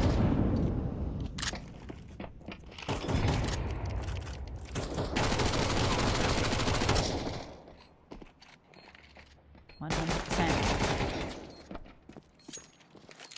Sarah. I realized that a couple times. Sarah, I think I was hoping someone was going to run through the smoke. So yeah, good for another couple of kills to make his buy into this final round comfy. Get rid of that Mach 10. Lux is hiding in the vent. No kit, no ninja. God, kit. He had the kit. It depends. Yeah, it's a cheeky. Haha, look at me. JK. Remember when he did that to us, guys? Imagine if we won that pistol, we'd already have the game over, guys. Haha. Is what he's probably saying in Portuguese. Yeah. He probably isn't saying that. Now he's in on an MP9. NQZ will be reunited with his all. But, you know, paiN are going to be left wanting with the weaponry obviously on one player and the utility on another. This is fast. This is really fast. Out of Kaze, and Kawaz has kissed him in the smoke. Looks to find one. Yeps has breached through though with Snow. And suddenly Kawaz is stuck between a rock and a hard place and needs to fight his way out of trouble, and he does. Finds one more kill. Yeps low. As to his Kawaz, nade doesn't finish the job of the big U0 in main. This retake looks possible for paiN. Oh my god, yes. How does he dodge that HE? Both these players are limping. Yeah, Kawaz is low, but he should at the very least set up a very clean trade. Oh, not even needed. Yeps. There's no chance. No chance at all. Oh, well. No. There was no chance anyway. But regardless, going to be paiN taking the map. This best of one will go to them 13-11. Yeah, that's a little bit of an unfortunate way to end, of course. But look, he was on 2 HP. And there's a 3-on-1. You feel like he's always going to be traded that in that situation. So there's a HE as well. There was just no way whatsoever. paiN win that first BO1. Obviously, this is double format round robin. Most of the games of the BO1s are scheduled at the same time, so we're not done yet. There's another best of one to play between these two teams, and I'm excited for it because that map was a lot of fun. It kind of had everything. Invention from Kaze when it came to the pistols. We had a ninja defuse thrown in there as well, and paiN looked on the ropes for a lot of the games. Maybe it's just a little bit of a major hangover, but Kaze looked like they were here to play. Yeah, it definitely feels like maybe some major hangover or something of the like, because it felt like Kase actually looked a bit more cohesive in the server at a lot of the times, particularly on their T side. I was actually really impressed with that run of rounds that they pulled through. Obviously, they had some, crazy rounds that set them up for success, but that pistol round, for instance, really neat. And honestly, they could have taken this map off the back of it if they hadn't fallen to the force fight. If they win that second round on their T side, this would have been their map, I feel. Yeah, and look, player to watch. We did say Kaze, but not Kaze, Kawes, my brain. But actually, look, it was NQZ doing a lot of the heavy lifting alongside Lux. So really good impact from Europa, which is kind of what you expect on Nuke. But Lux was absolutely fantastic, and I guess we could say the player to watch was Kaze because everyone on that team performed really well. Yeah, absolutely. For Kawes, pretty decent performance. I actually really enjoyed Snow as well for Kase. So I hope the Kase able to bounce back from this one. A decent showing, couldn't quite close it, but at other opportunities, we have one more best of one coming up between these two teams. Don't go anywhere.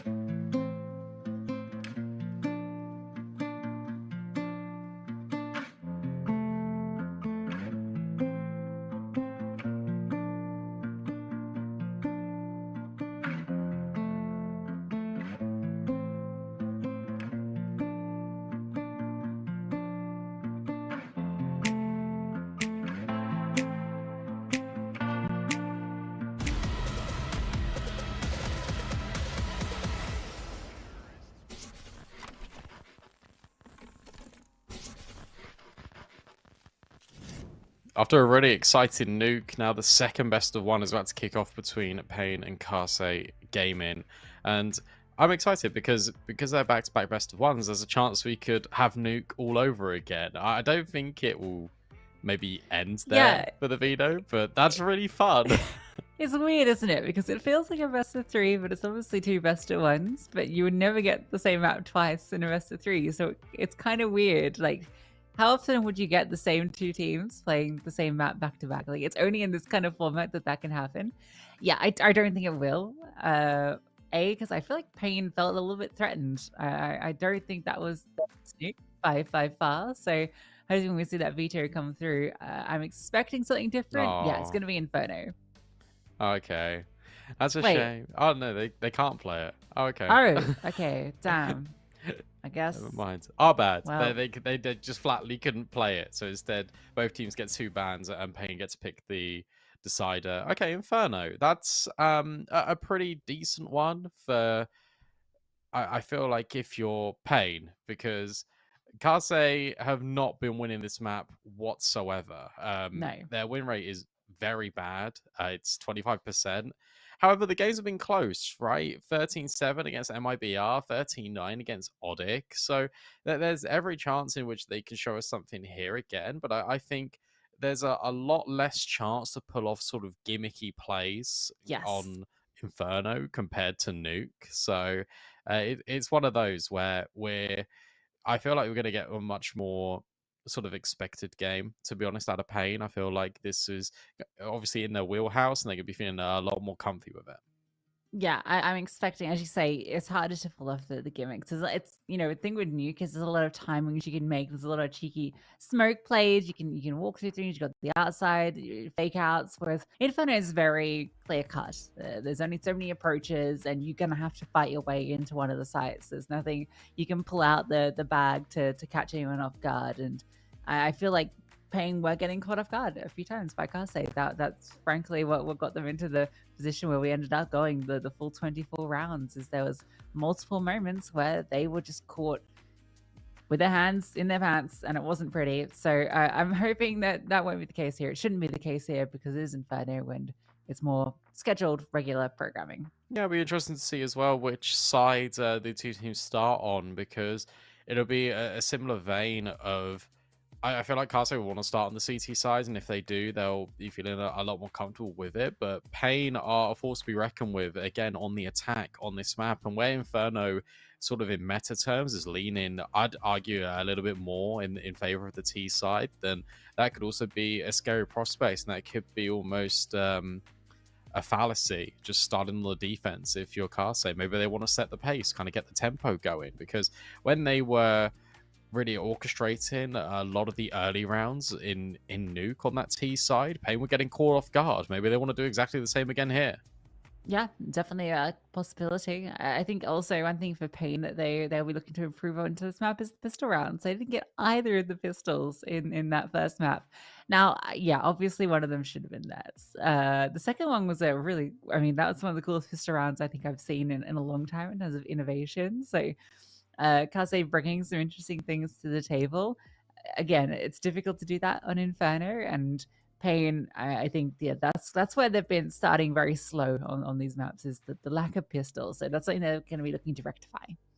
Yeah, I agree. And I want to see more out of RCF, but I feel like that's going to be difficult, especially on a map like Inferno. I feel like he was instrumental alongside Snow to really unlock the potential that Karsei had in that map. And if you go into T side, if you start with the AWP on the T side on Inferno, it can notoriously be quite difficult to try and manage your timings, especially with the new changes to Inferno. I'm going to keep all of them new because we are still new in life cycle as CS2, right? But Inferno feels a lot more claustrophobic. It feels like a lot of the angles are a lot narrower, and I feel like there's less scope for the AWP to get involved really on that T side. Yeah, absolutely. Well, we are going to be looking like we're jumping into Inferno. Worth noting that in recent matchups between these two teams on Inferno, it's been a very close affair. paiN won out 19-17 in a recent engagement, and then back in CSGO, it's actually a 17-19. So it's the same scoreline. It's always been overtime between these two teams on this map. Yeah, of course, same cause, different couple of players mixed in. RCF going for the aggression early in Banana. Flashbang's trying to support him, and in fact, he goes 1 for 1. Urbano, next player to step in. Second flashbang is fantastic, but he can only grab 1 kill as well. Banana belongs to paiN, and they want to go big. Yeah, 1 for 1, so actually quite impressive, all things considered. Well, for a second, they're going to pause and restart, but no, they are committed.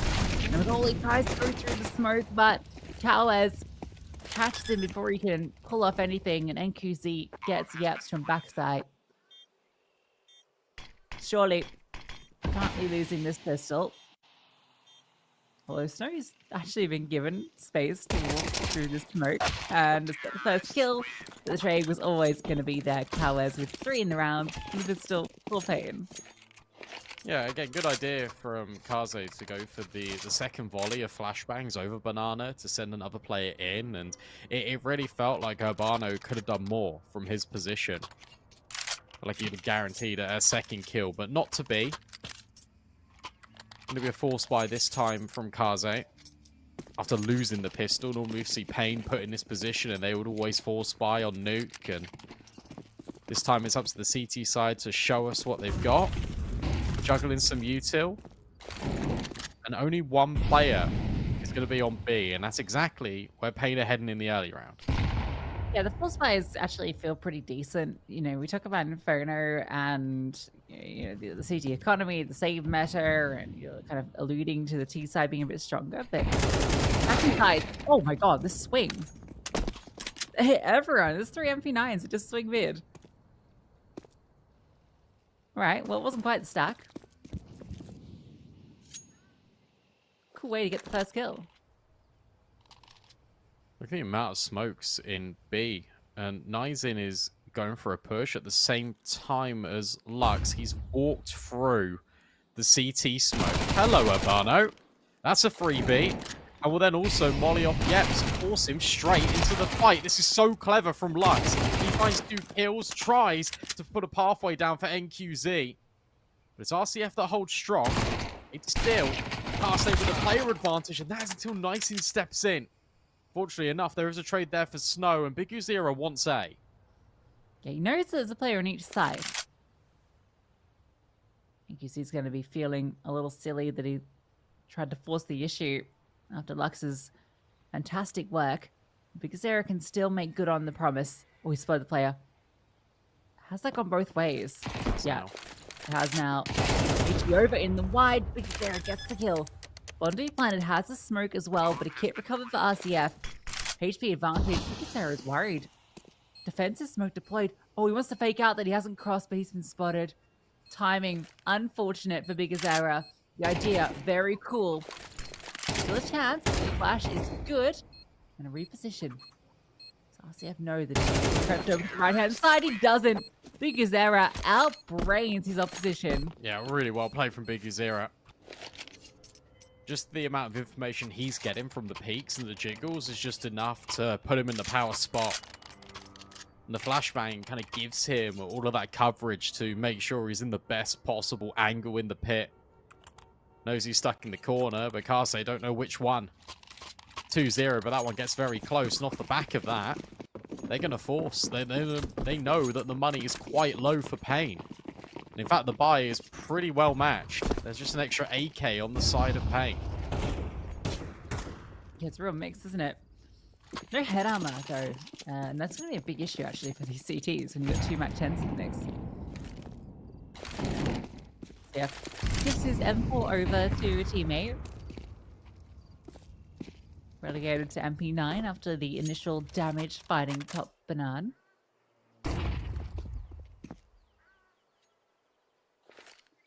So, heavy lean. 4 players on the B site currently. You can see it's a double layering. Cool boost for Snow from Dark. They're not committing into this, but they are feigning the idea.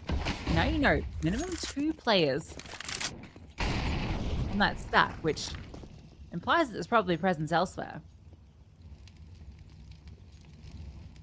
They're staying here. They wanted to think about the rotation, and they ran away, and that might have given some audio over to paiN. So they're going to fall for the bait. They're going to go straight back into this setup. Big Uzira on the jiggle. Also wants the Molotov bottle. That's a nice shot. And you know that one player was in towards Duck. Another molly. A second layer of utility, but 25 seconds. They've got to get going. Timing issue. RCF, he can be a nuisance as well. Trying to force their way through. Can't quite get all the kills. Snow is still alive. Still kicking, but he's low HP. He needs to be cleared. He needs to run down. He's found another. Can't get the follow-up. Which gives Cowards a chance. Bomb to be planted. Ukioli is very moved. Has to play out Banana. Might be a kit potentially on one of these players, but I have my doubts. This smoke is actually giving Cowards so much space. Although the issue is, now he's worried there's potential cross.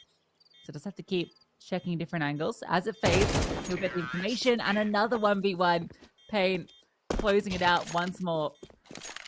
It's a really good reposition there as well from Cowards. Whilst he does put himself back against the wall, quite literally, there's so many angles he could have got to, and Riccioli is so long on the rotate that Cowards knows that there's so many angles that he needs to clear out. And the chance that when he does jiggle, he's going to be looking the wrong way is incredibly high. So paiN just able to outmaneuver Kaze. They're even able just to bulldoze their way through the stack, even when it's in place on the correct bomb site. Still the investment. They still want to keep putting money into this. They're on full loss bonus, so it does make sense for them to dip their toes in the water a little bit, but Snow overwhelmed, and that was the only gun brought into this round for the CTs. I decided to find another. Oh, they've even passed one over. So actually... Oh, no. Oh, never mind. I thought I was going to say, like, you trade out one player, you get 2 rifles. It's a pretty good deal. If I was with pistols, I'd sacrifice my players for that. Trades, but nice in. Perfect. Bit of a lurk through the apartments. Yep. Gonna be met by smokes. Thought about walking through that one. Bomb planted. And crisis averted. Looks like it could have got spooky for a second when the rifles get picked up. Now, Yeps is just sitting in a smoke, and best he can hope to do is inflict some damage. Been very impressed with Nizin. Obviously, this is the first time really watching him and what he can provide on this main roster with paiN, and he's a really good player and just understanding where he needs to be and when he needs to swing. He's catching a lot of these players with back turns. I can't say looking the wrong way in a number of engagements he's involved in, and that's all down to just his game awareness, which is very good for a player so young. And it's good to see, especially in a team like paiN, where you kind of want to cut out these small mistakes you don't want your players making, which can then spiral into uncertainty. He's a dependable pair of hands from the small sample size I've been able to watch of him so far. Absolutely. That's the bomb. That's awkward. Mac 10 player at the front gives over the C4. Lux can recover it. So the smoke actually does allow him to do that. Ooh, nice little HG. As in going for the jiggle. It's going to force RCF back off this line with the AWP.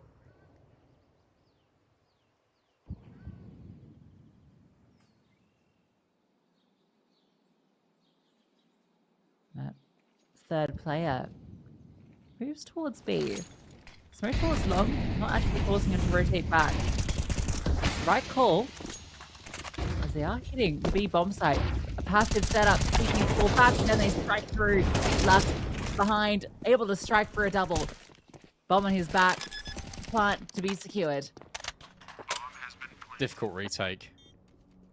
You got the utility on the players that are the furthest away, and RCS invested the AWP, so there's a conversation piece about whether you even want to give this a go if you're Kaze. They will make the decision, but 25% already burned off that bomb timer. They need to get going. No molly to undo Lux or Cowards in these corners, and the flashbang blinds only teammates. They won't He finish does the a job lot either. of damage. Yeah, but it's still difficult. You can throw a smoke on the bomb, you can hope that Cowes will peek, and he does, but he gets rid of the bomb diffuser. That's round over, and that is another one secured from paiN. They are potent in these clutches. They kind of gotta put some questions in the way Kase approach that. It's a 5v4 after that opening kill. Yeah, there's a fair bit of damage inflicted, and I understand wanting to pounce on paiN before they get into the bomb site, but two players push the smoke, and it was a bit lackadaisical. You know, one goes through, gets a kill, trade out by Lux immediately, but the second player was very delayed on his approach to the smoke, and it wasn't particularly difficult for Lux to find that kill because his crossbow was already on the player that just pushed through the smoke. So it's a in-the-moment decision that cost Kase the round. It's into the 3-on-3 and a very unfavorable retake, as you mentioned. You can even argue it was a little bit touch and go with their decision making as well, because they weren't sure whether they even wanted to tempt that 3K. Bano in the smoke. In fact, just nesting himself deep within it. Now will announce his arrival with the spam, and that does enable Yeps to at least grab a trade kill on towards Lux, but with RCF so low, he's got to be careful, and so too does Cowes. One shot and he's gone. Snow could cause issues. Yeah, just like that. Fight. The fight. NQZ. The shot faded out. Snow just looking for the headshot and he's won it. Surely the round. Unless. Nice energy mention. Young player. Oh, the aggressive flash forward. It's perfect. And he's put it into the one-on-one. Snow's just holding top middle. Where the ability, but the AWP too difficult to get back. Snow with a triple gets Kase on the board. Yeah, what a round from Snow. Close range with the 5-7, and I love as soon as he hears the AWP fire off by the half wall, and he's removed the rifler, he knows he can just play with it. Jumps, grabs the info, just completely disrupts. He's able just to collect the headshot. And from there, it always feels like a lock-in, but a really good try from Nizin. He once again showcases a bit of that Brazilian flair. Only Glocks. It was like only a matter of time for Kase to lock in their second round. And this is what they did before on Nuke. paiN gathered a bunch of rounds in a row. And then Kase were on the ascendancy. They were able to recover.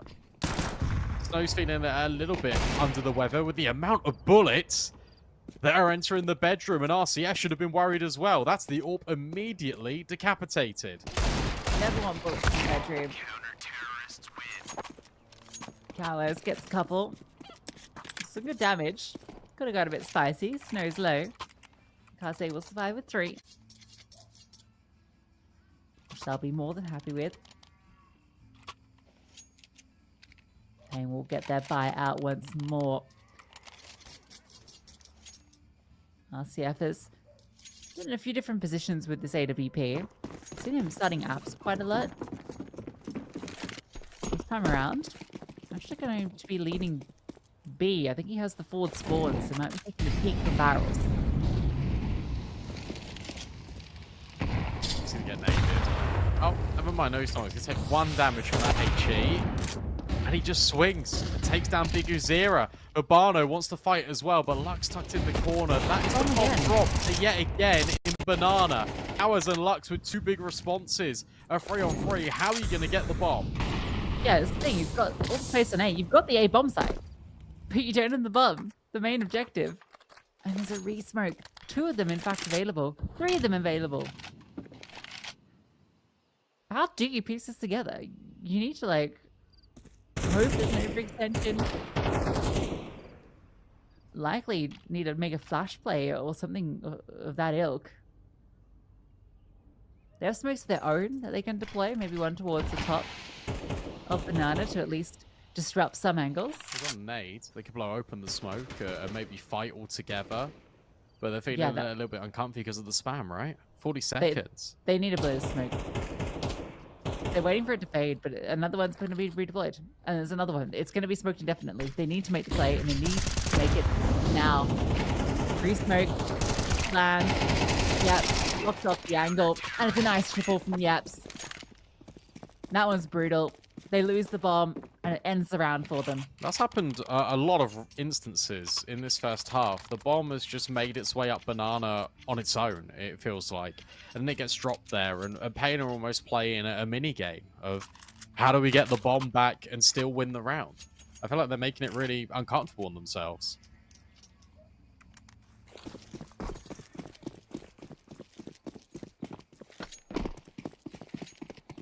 Let's put them back on pistols.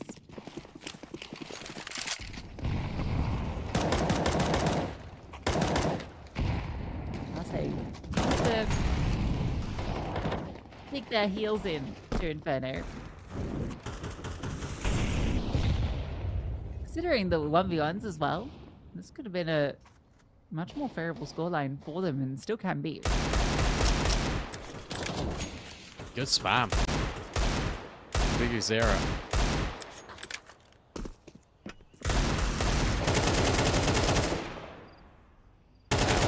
That one is a lot more deadly. Lux hits the deck. Joins Nice in to cheer on the squad and their Deagles from the spectator screen. Cowes now steps in. paiN needs a group. Looks like they will. Over towards mid. Hoping for a chance to, again, establish a little bit of control. But it's going to be very difficult, especially with this boost up B.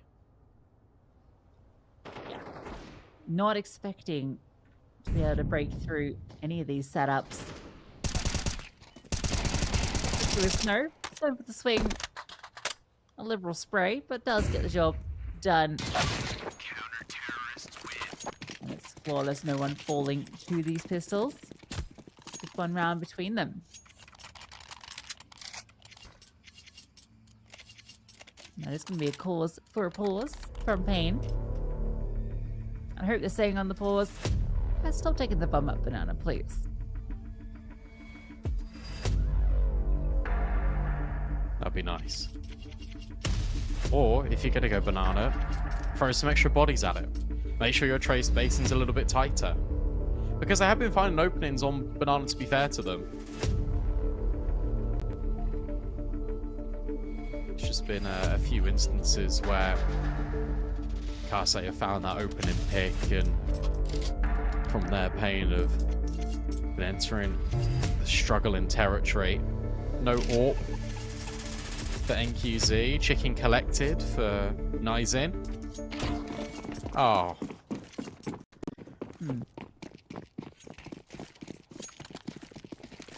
Look at those nades being juggled. That's very cool, isn't it? Ow. There's another one. Ready? Catch. Doesn't blow open the smoke, but Snow. Yo, I didn't think Cowes would expect him, but he completely does. Rattles the brain, and RCF has to get out of dodge. This is a great angle to peek long from. Yeah, Cowes has got all the maneuvers. Clears first, and then jumps up onto that nice little off angle, which if the AWP had been holding, there's no way you're going to be able to flick up to that easily.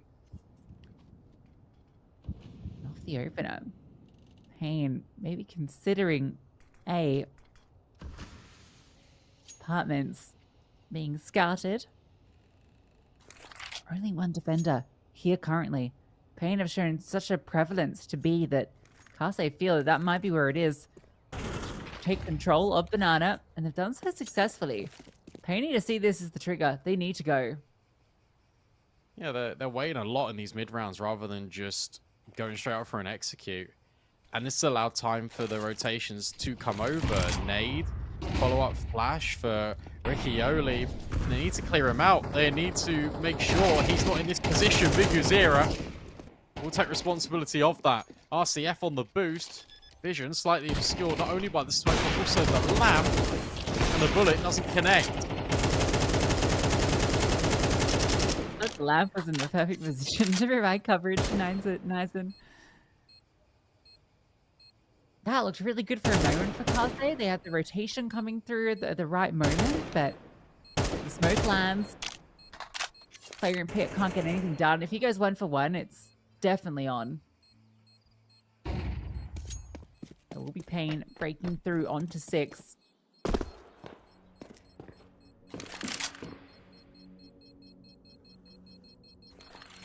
Yep, spraying. You can just hear the Terrorists nice win. ambient noise in the church as well.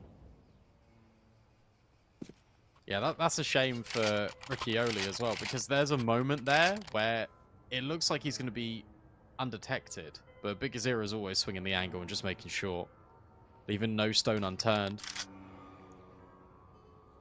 leaving no pit unconquered. paiN find their way up towards 6 on the T side already, a healthy boon. Again, given the context, as you mentioned, the amount of clutches they were able to win out. Otherwise, this would have been a very dominant half indeed for Karze, and Snow is taking liberties. Through the smoke, well, I was going to say goes, and NQZ is third himself alive. Lux will at least trade and wait and go straight into the open arms of Snow. This is a weird way to kick off round 11, but it gets even better for Karze.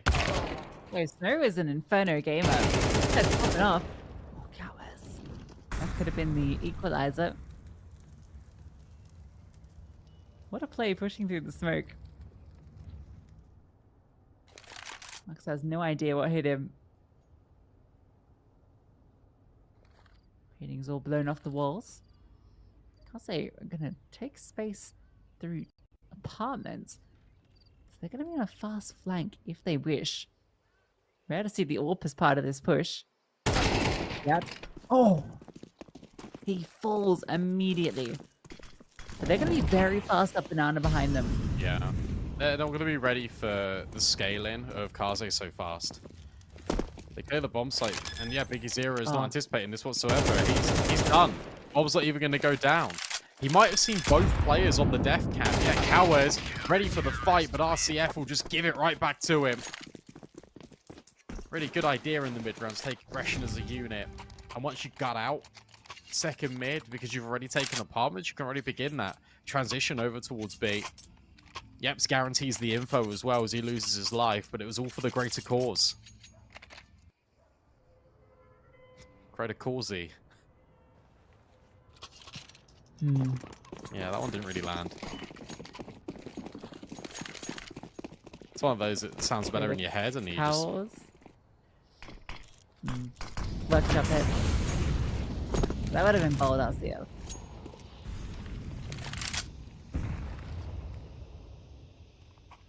So Lux doesn't have to fight too hard. On it. Wide swing from Urbano dealt with. So an open up for paiN. Yes. Licks the flames. Singes his tongue. It hurts. So he backs off. This is nice from RCF. Taking space back into top brackets. Can hear the molly as well, so we can have a real range of motion in towards middle, although Cowards just removes him with the Tech 9. That's a juicy upgrade, but you need to get past Riccioli first. He's already stepped in underneath Bauk. It was a little bit uncomfy. They got the players into the apartments as well. Nice in will trade.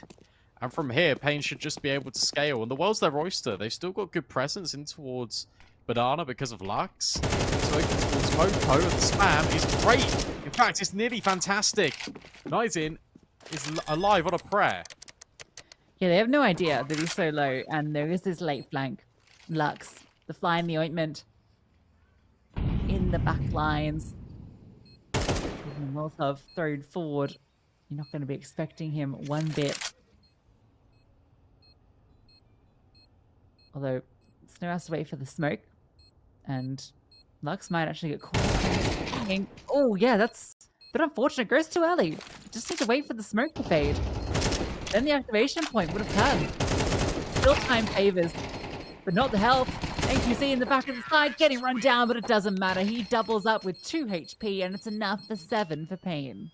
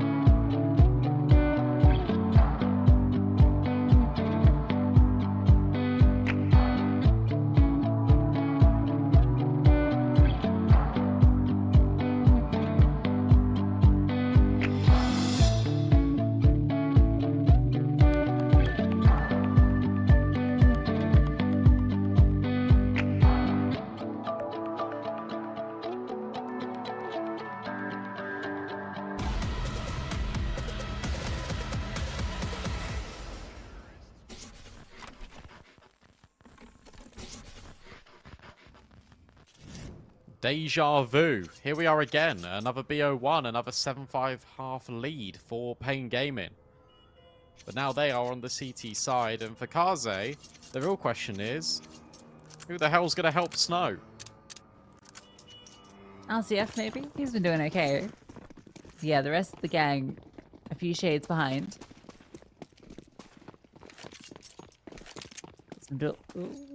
Oh, Lux is doing the thing where you have both pistols. You take the first engagement with the USP and then you swap to the dualies. That's gross, but also cool. I respect it. Oh, Yep's got a little off angle. Hoping for a push that won't come in the next 10 seconds, I don't think. 4-player lean over at top brackets, and Kaze, they want to go apps, and they will completely avoid this stack until Nizin actually swings and gets rid of, I was going to say, both Riccioli and RCF, and won't even get the killing blow. RCF finds 2 kills in all of that. That is ridiculous.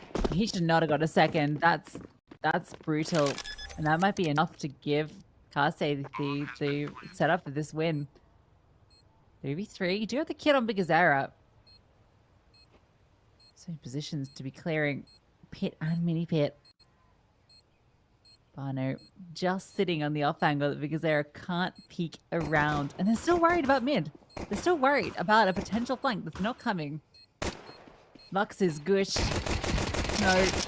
Getting run down, but kill can't be found. Lux will eventually find one. That's all he's going to be allowed. And RCF, with that second kill, gives him the space to get in the side, get the bomb down, and it's a strong post-plant. Yeah, that's fantastic. The fact that RCF is able to generate all that space. But another question on my mind is, Lux, Blood has juggled both weapons over towards the B bomb site, and he takes the dual Berettas to retake A at long range. Like, surely you just use the USP. More bullets. Yeah, but more distance.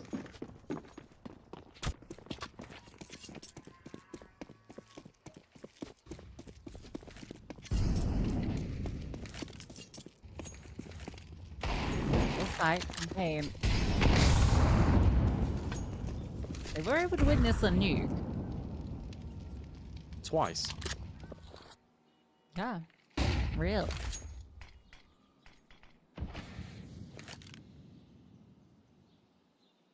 There it is. Finds another smoke, does Lux. He colluxes it. Collux. That's what the chickens do.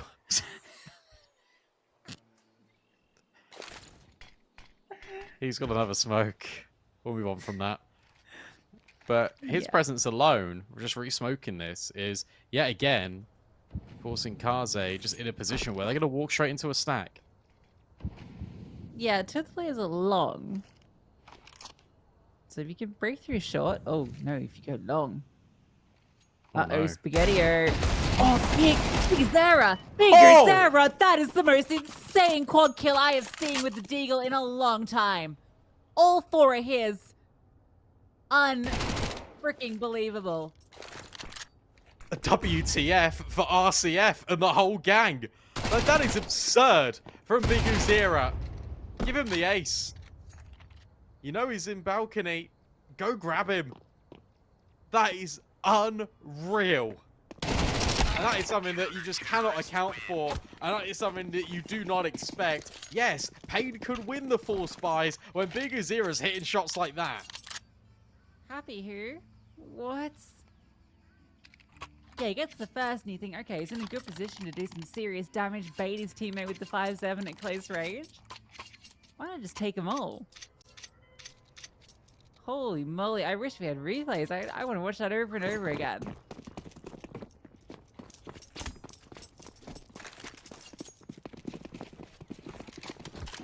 I am in disbelief. It was half flash the whole time, too. Oh. The first shot was nice enough. He gets the second spam, like, alright, 2 kills, job's done. No, no, no. Oh my god. 1 smoke. That's all Kaze left to work with. On Galil. Techies in a Deeg. RCF trying to do his best Big Zera impression. Good luck.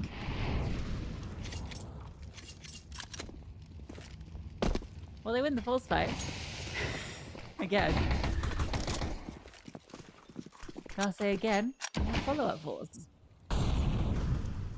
This is a good lurk timing. Really good lurk timing. There's an awareness. QZ is considering it. Oh, he considers it all right. You've been considered.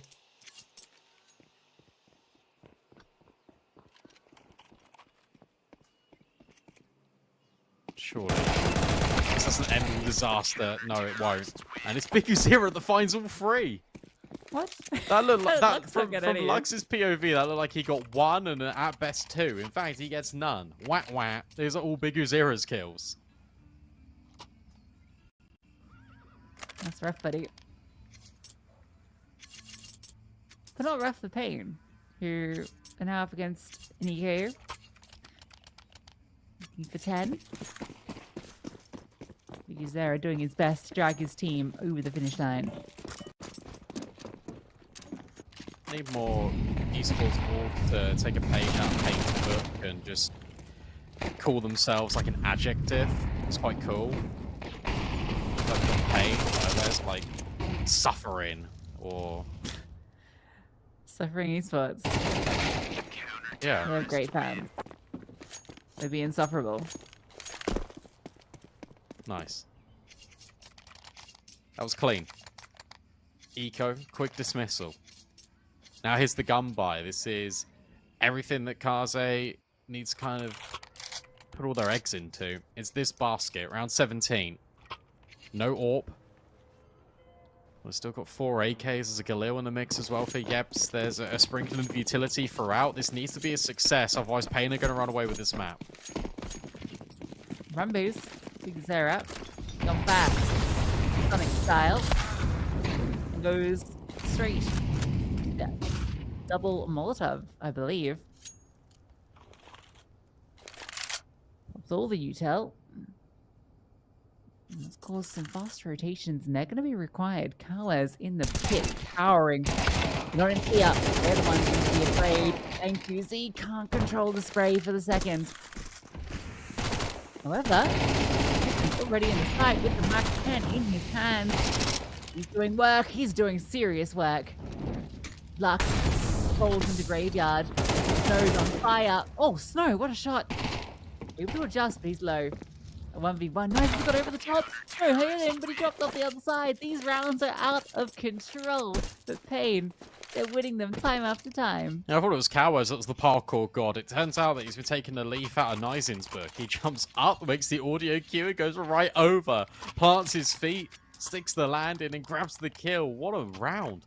So many multi-kills that paiN Gaming are just able to acquire, and normally it was all off the back of Big Zero, but this round it comes at the hands of Nizin, and that was that buy. That was the investment, and now Kaze are left with nothing. Tatters of what was a former gunfight. They're going to rush B. They're going to try and send it in, and instead they're just sending it straight into the utility, straight into the M4 of Lux. He grabs 2 kills, Big Zero on the follow-up. This one's a lock-in, and this one's going to be map point.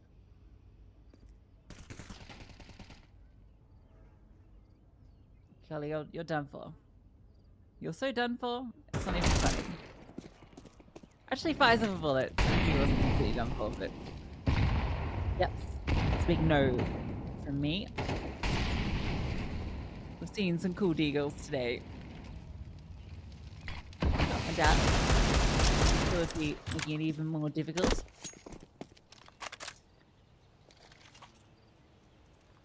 And paiN. After winning a 4-on-5, not going to falter.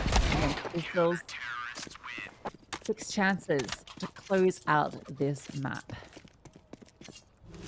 AWP available for RCF, but then he wouldn't have any armor, so that feels unlikely. Yeah, they all just buy straight into AKs. They might try A again. That's where they've been getting kind of the most leverage with their executes. Space in towards apartments often been given over and conceded by paiN. So there's a world in which you can pop and split from top brackets and the balcony. I'm interested to see how they approach it. These deep smokes, which we've become accustomed to in CS2, once again litter the floor, prevent visibility immediately. And Big Zero can just hold firm. Same peak. Really cool way to clear left side mid.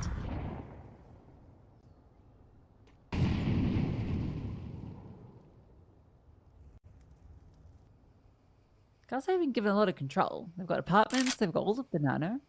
paiN is sitting back and allowing them to take the bait. No, he's having to oblige. He continues to press forward and he's found success. Scales even further. Snow again.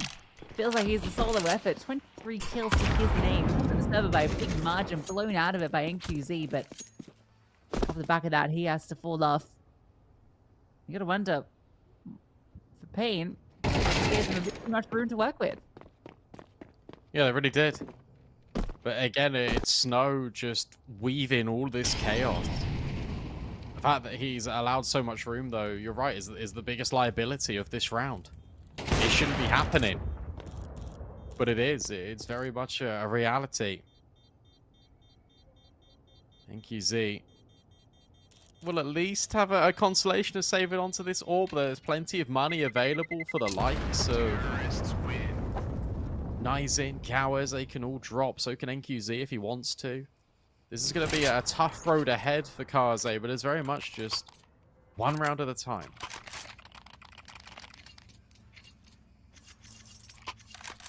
There's still plenty of money for paiN, so it doesn't get any easier. And I expect paiN might play a bit more aggressive in some of these positions. 3-player lean towards B early. Going to certainly signal that.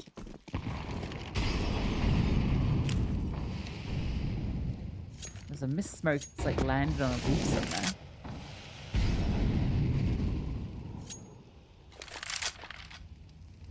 York just holding the corner line.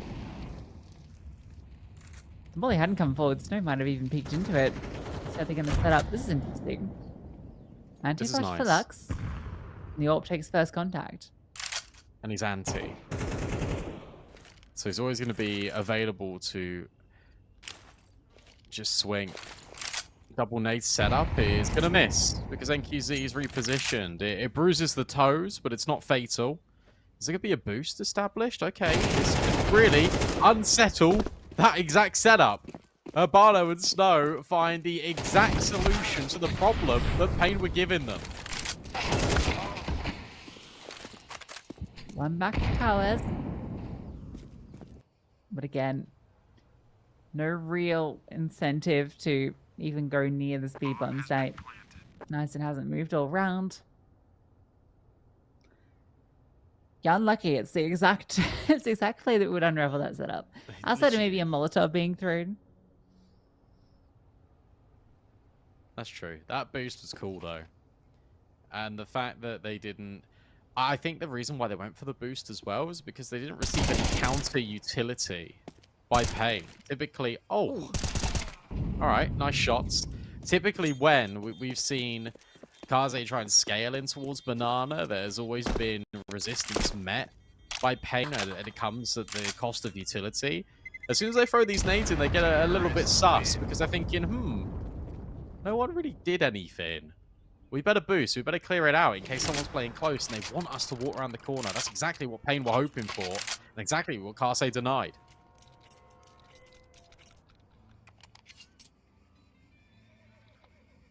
Consecutive rounds going the way of the T side has caused paiN to take a moment.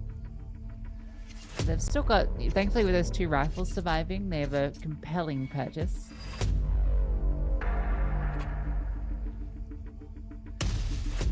It's not panic stations just yet. You lose this one, you start to maybe get a little sweaty.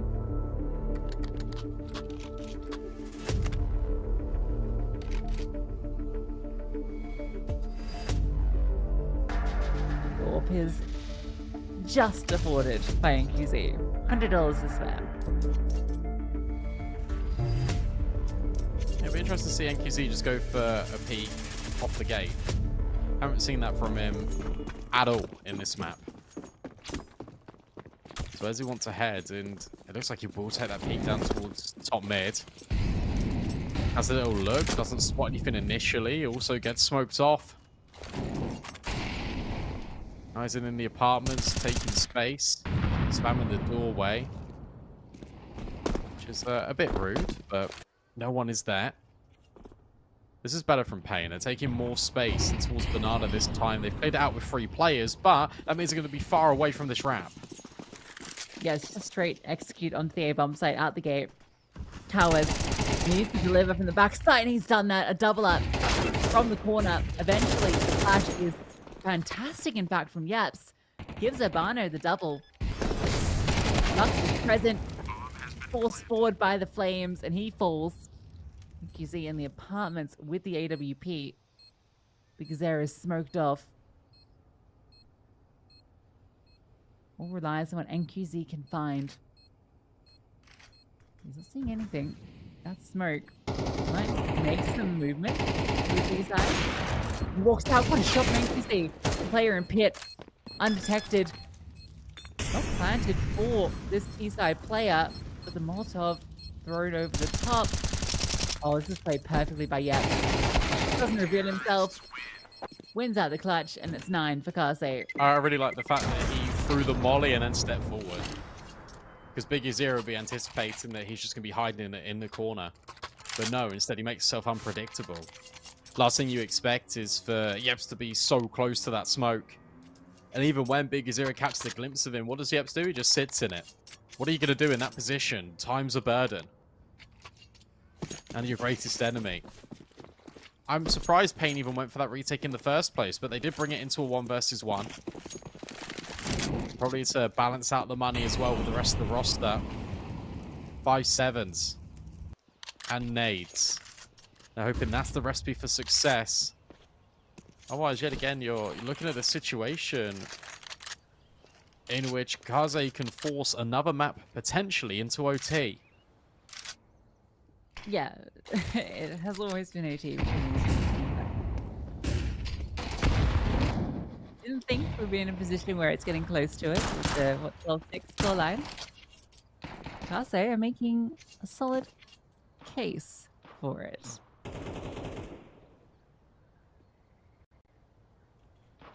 Just let that one sit there just for a bit longer. Let it marinate. Dwell some more.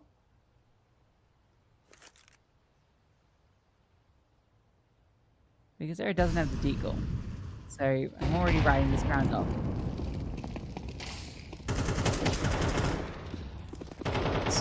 This is good from Kaze though, because they've noticed all these smokes have been put down and then nothing else off the back of it. Big Uzera, him and Pistols, name a more iconic duo, because he's found a duo of players. 20 seconds left and another player is quite low. He's going to just walk ahead of it. He's going to try and deny. That's not going to happen. Bomb does get put down eventually. Lux, Nizin, needs to try and clutch. Yeps is still walking wounded. This round can still be on, especially with that snappy headshot from Nizin. AK to be retrieved, but AK not secured. And Kaze hang on by the skin of their teeth. Yeah, I said because Eric doesn't have the deagle, so this round's not on. But wow, he even makes the 5-7 look pretty damn good with the double. And if he's going to deny the bomb going down, that will give Nizin time to move. And you can definitely see something happening. Great attempt from Biggie Zara.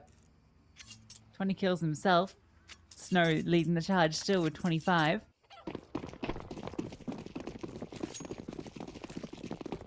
You see again with just this AWP with armor.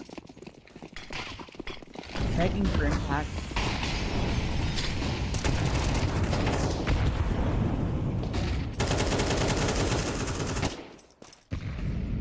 Towers. He's found the double up. Push down mid. Got 2. A lot of damage done in Banana as well. Big Zara and Riccioli are exchanging health points. Oh, Cowards have got this locked in. He found the one gap. Now he's even pushed second mid. He's locking them off. And look, Kaze are so scared. They're going to have to come and clear him out. And that's exactly what Cowes once. He looks the wrong way, and now he snaps back. Mono next to hit the deck. It's Cowards with the full house potentially, but denied by Snow. And it needs to be him. He needs the ace. It's always felt like it's him versus the entirety of the paiN roster in this map. But this clutch feels a little bit too far out of reach. Yeah, for everything Snow has done so far in this map, with this 2-2 setup, the fast rotation, feels like there's just no way in. Because Zara's getting the information. Snow actually might have eluded him. No, something's been combed over. NQZ will close it out from the apartments. And paiN will win it out 13-10. I'll tell you what, despite the obviously scoreline being 2 best-of-1s won by paiN, Kaze have shown us that they are a force to be reckoned with and shouldn't be slept on. I think that they've been fantastic throughout both of these maps that we've watched, and Snow in particular has been a revelation, and I kind of called for it before these games. Said, look, he's the player you want to watch out for. He's the guy where if you have a good showing, then that is a spotlight shot on you, future teams to kind of try and pick you up. Guy's 17 years old. I mean, if I'm looking at this, I'll tell you what, even if I'm paiN, I take a look at this and I think, damn, sign this guy. Yeah, insane performance. Cowards, though, our player to watch. Well, definitely the one watching that map and in that last round as well with the quad kill, hugely impactful. It felt like he was everywhere, always getting multi-kills, and some felt a little bit unreasonable. Yeah. Between him and Biggie Zara, they were combining for almost 50 kills. It was an insane double up between the two. I think that was the big difference between paiN and Kaze in this map, is you had two players that were really locked in on the side of paiN, that were winning out all their fights, getting multi-kill after multi-kill, whereas it wasn't quite the same on the side of Kaze. It was Snow at the top, really leading the charge, but then a bit of a drop-off behind him. Yeah, but I'm still impressed with RCF because I didn't think he would deliver the same amount of output he did on Nuke, and he really stepped up on Inferno, but Snow was just head and shoulders just above the rest of them, and that was still an impressive showing. I feel like Kaze are a team I'm definitely going to keep my eye on in the future. They've definitely shown here that Challenger League, while some of their results didn't go their way, they're definitely a very competitive team, and it's a testament to scoreline doesn't really mean everything. And there was both instances where you can argue that both of those games should have and could have gone into overtime, but that's paiN picking up both of those map wins. They will add some more points to the tally. 4 matches played for paiN, 4 matches won, as you sort of expect in Challenger League. But that is everything on the broadcast tonight. Thank you so much for watching. Until the next time, see you later and take care.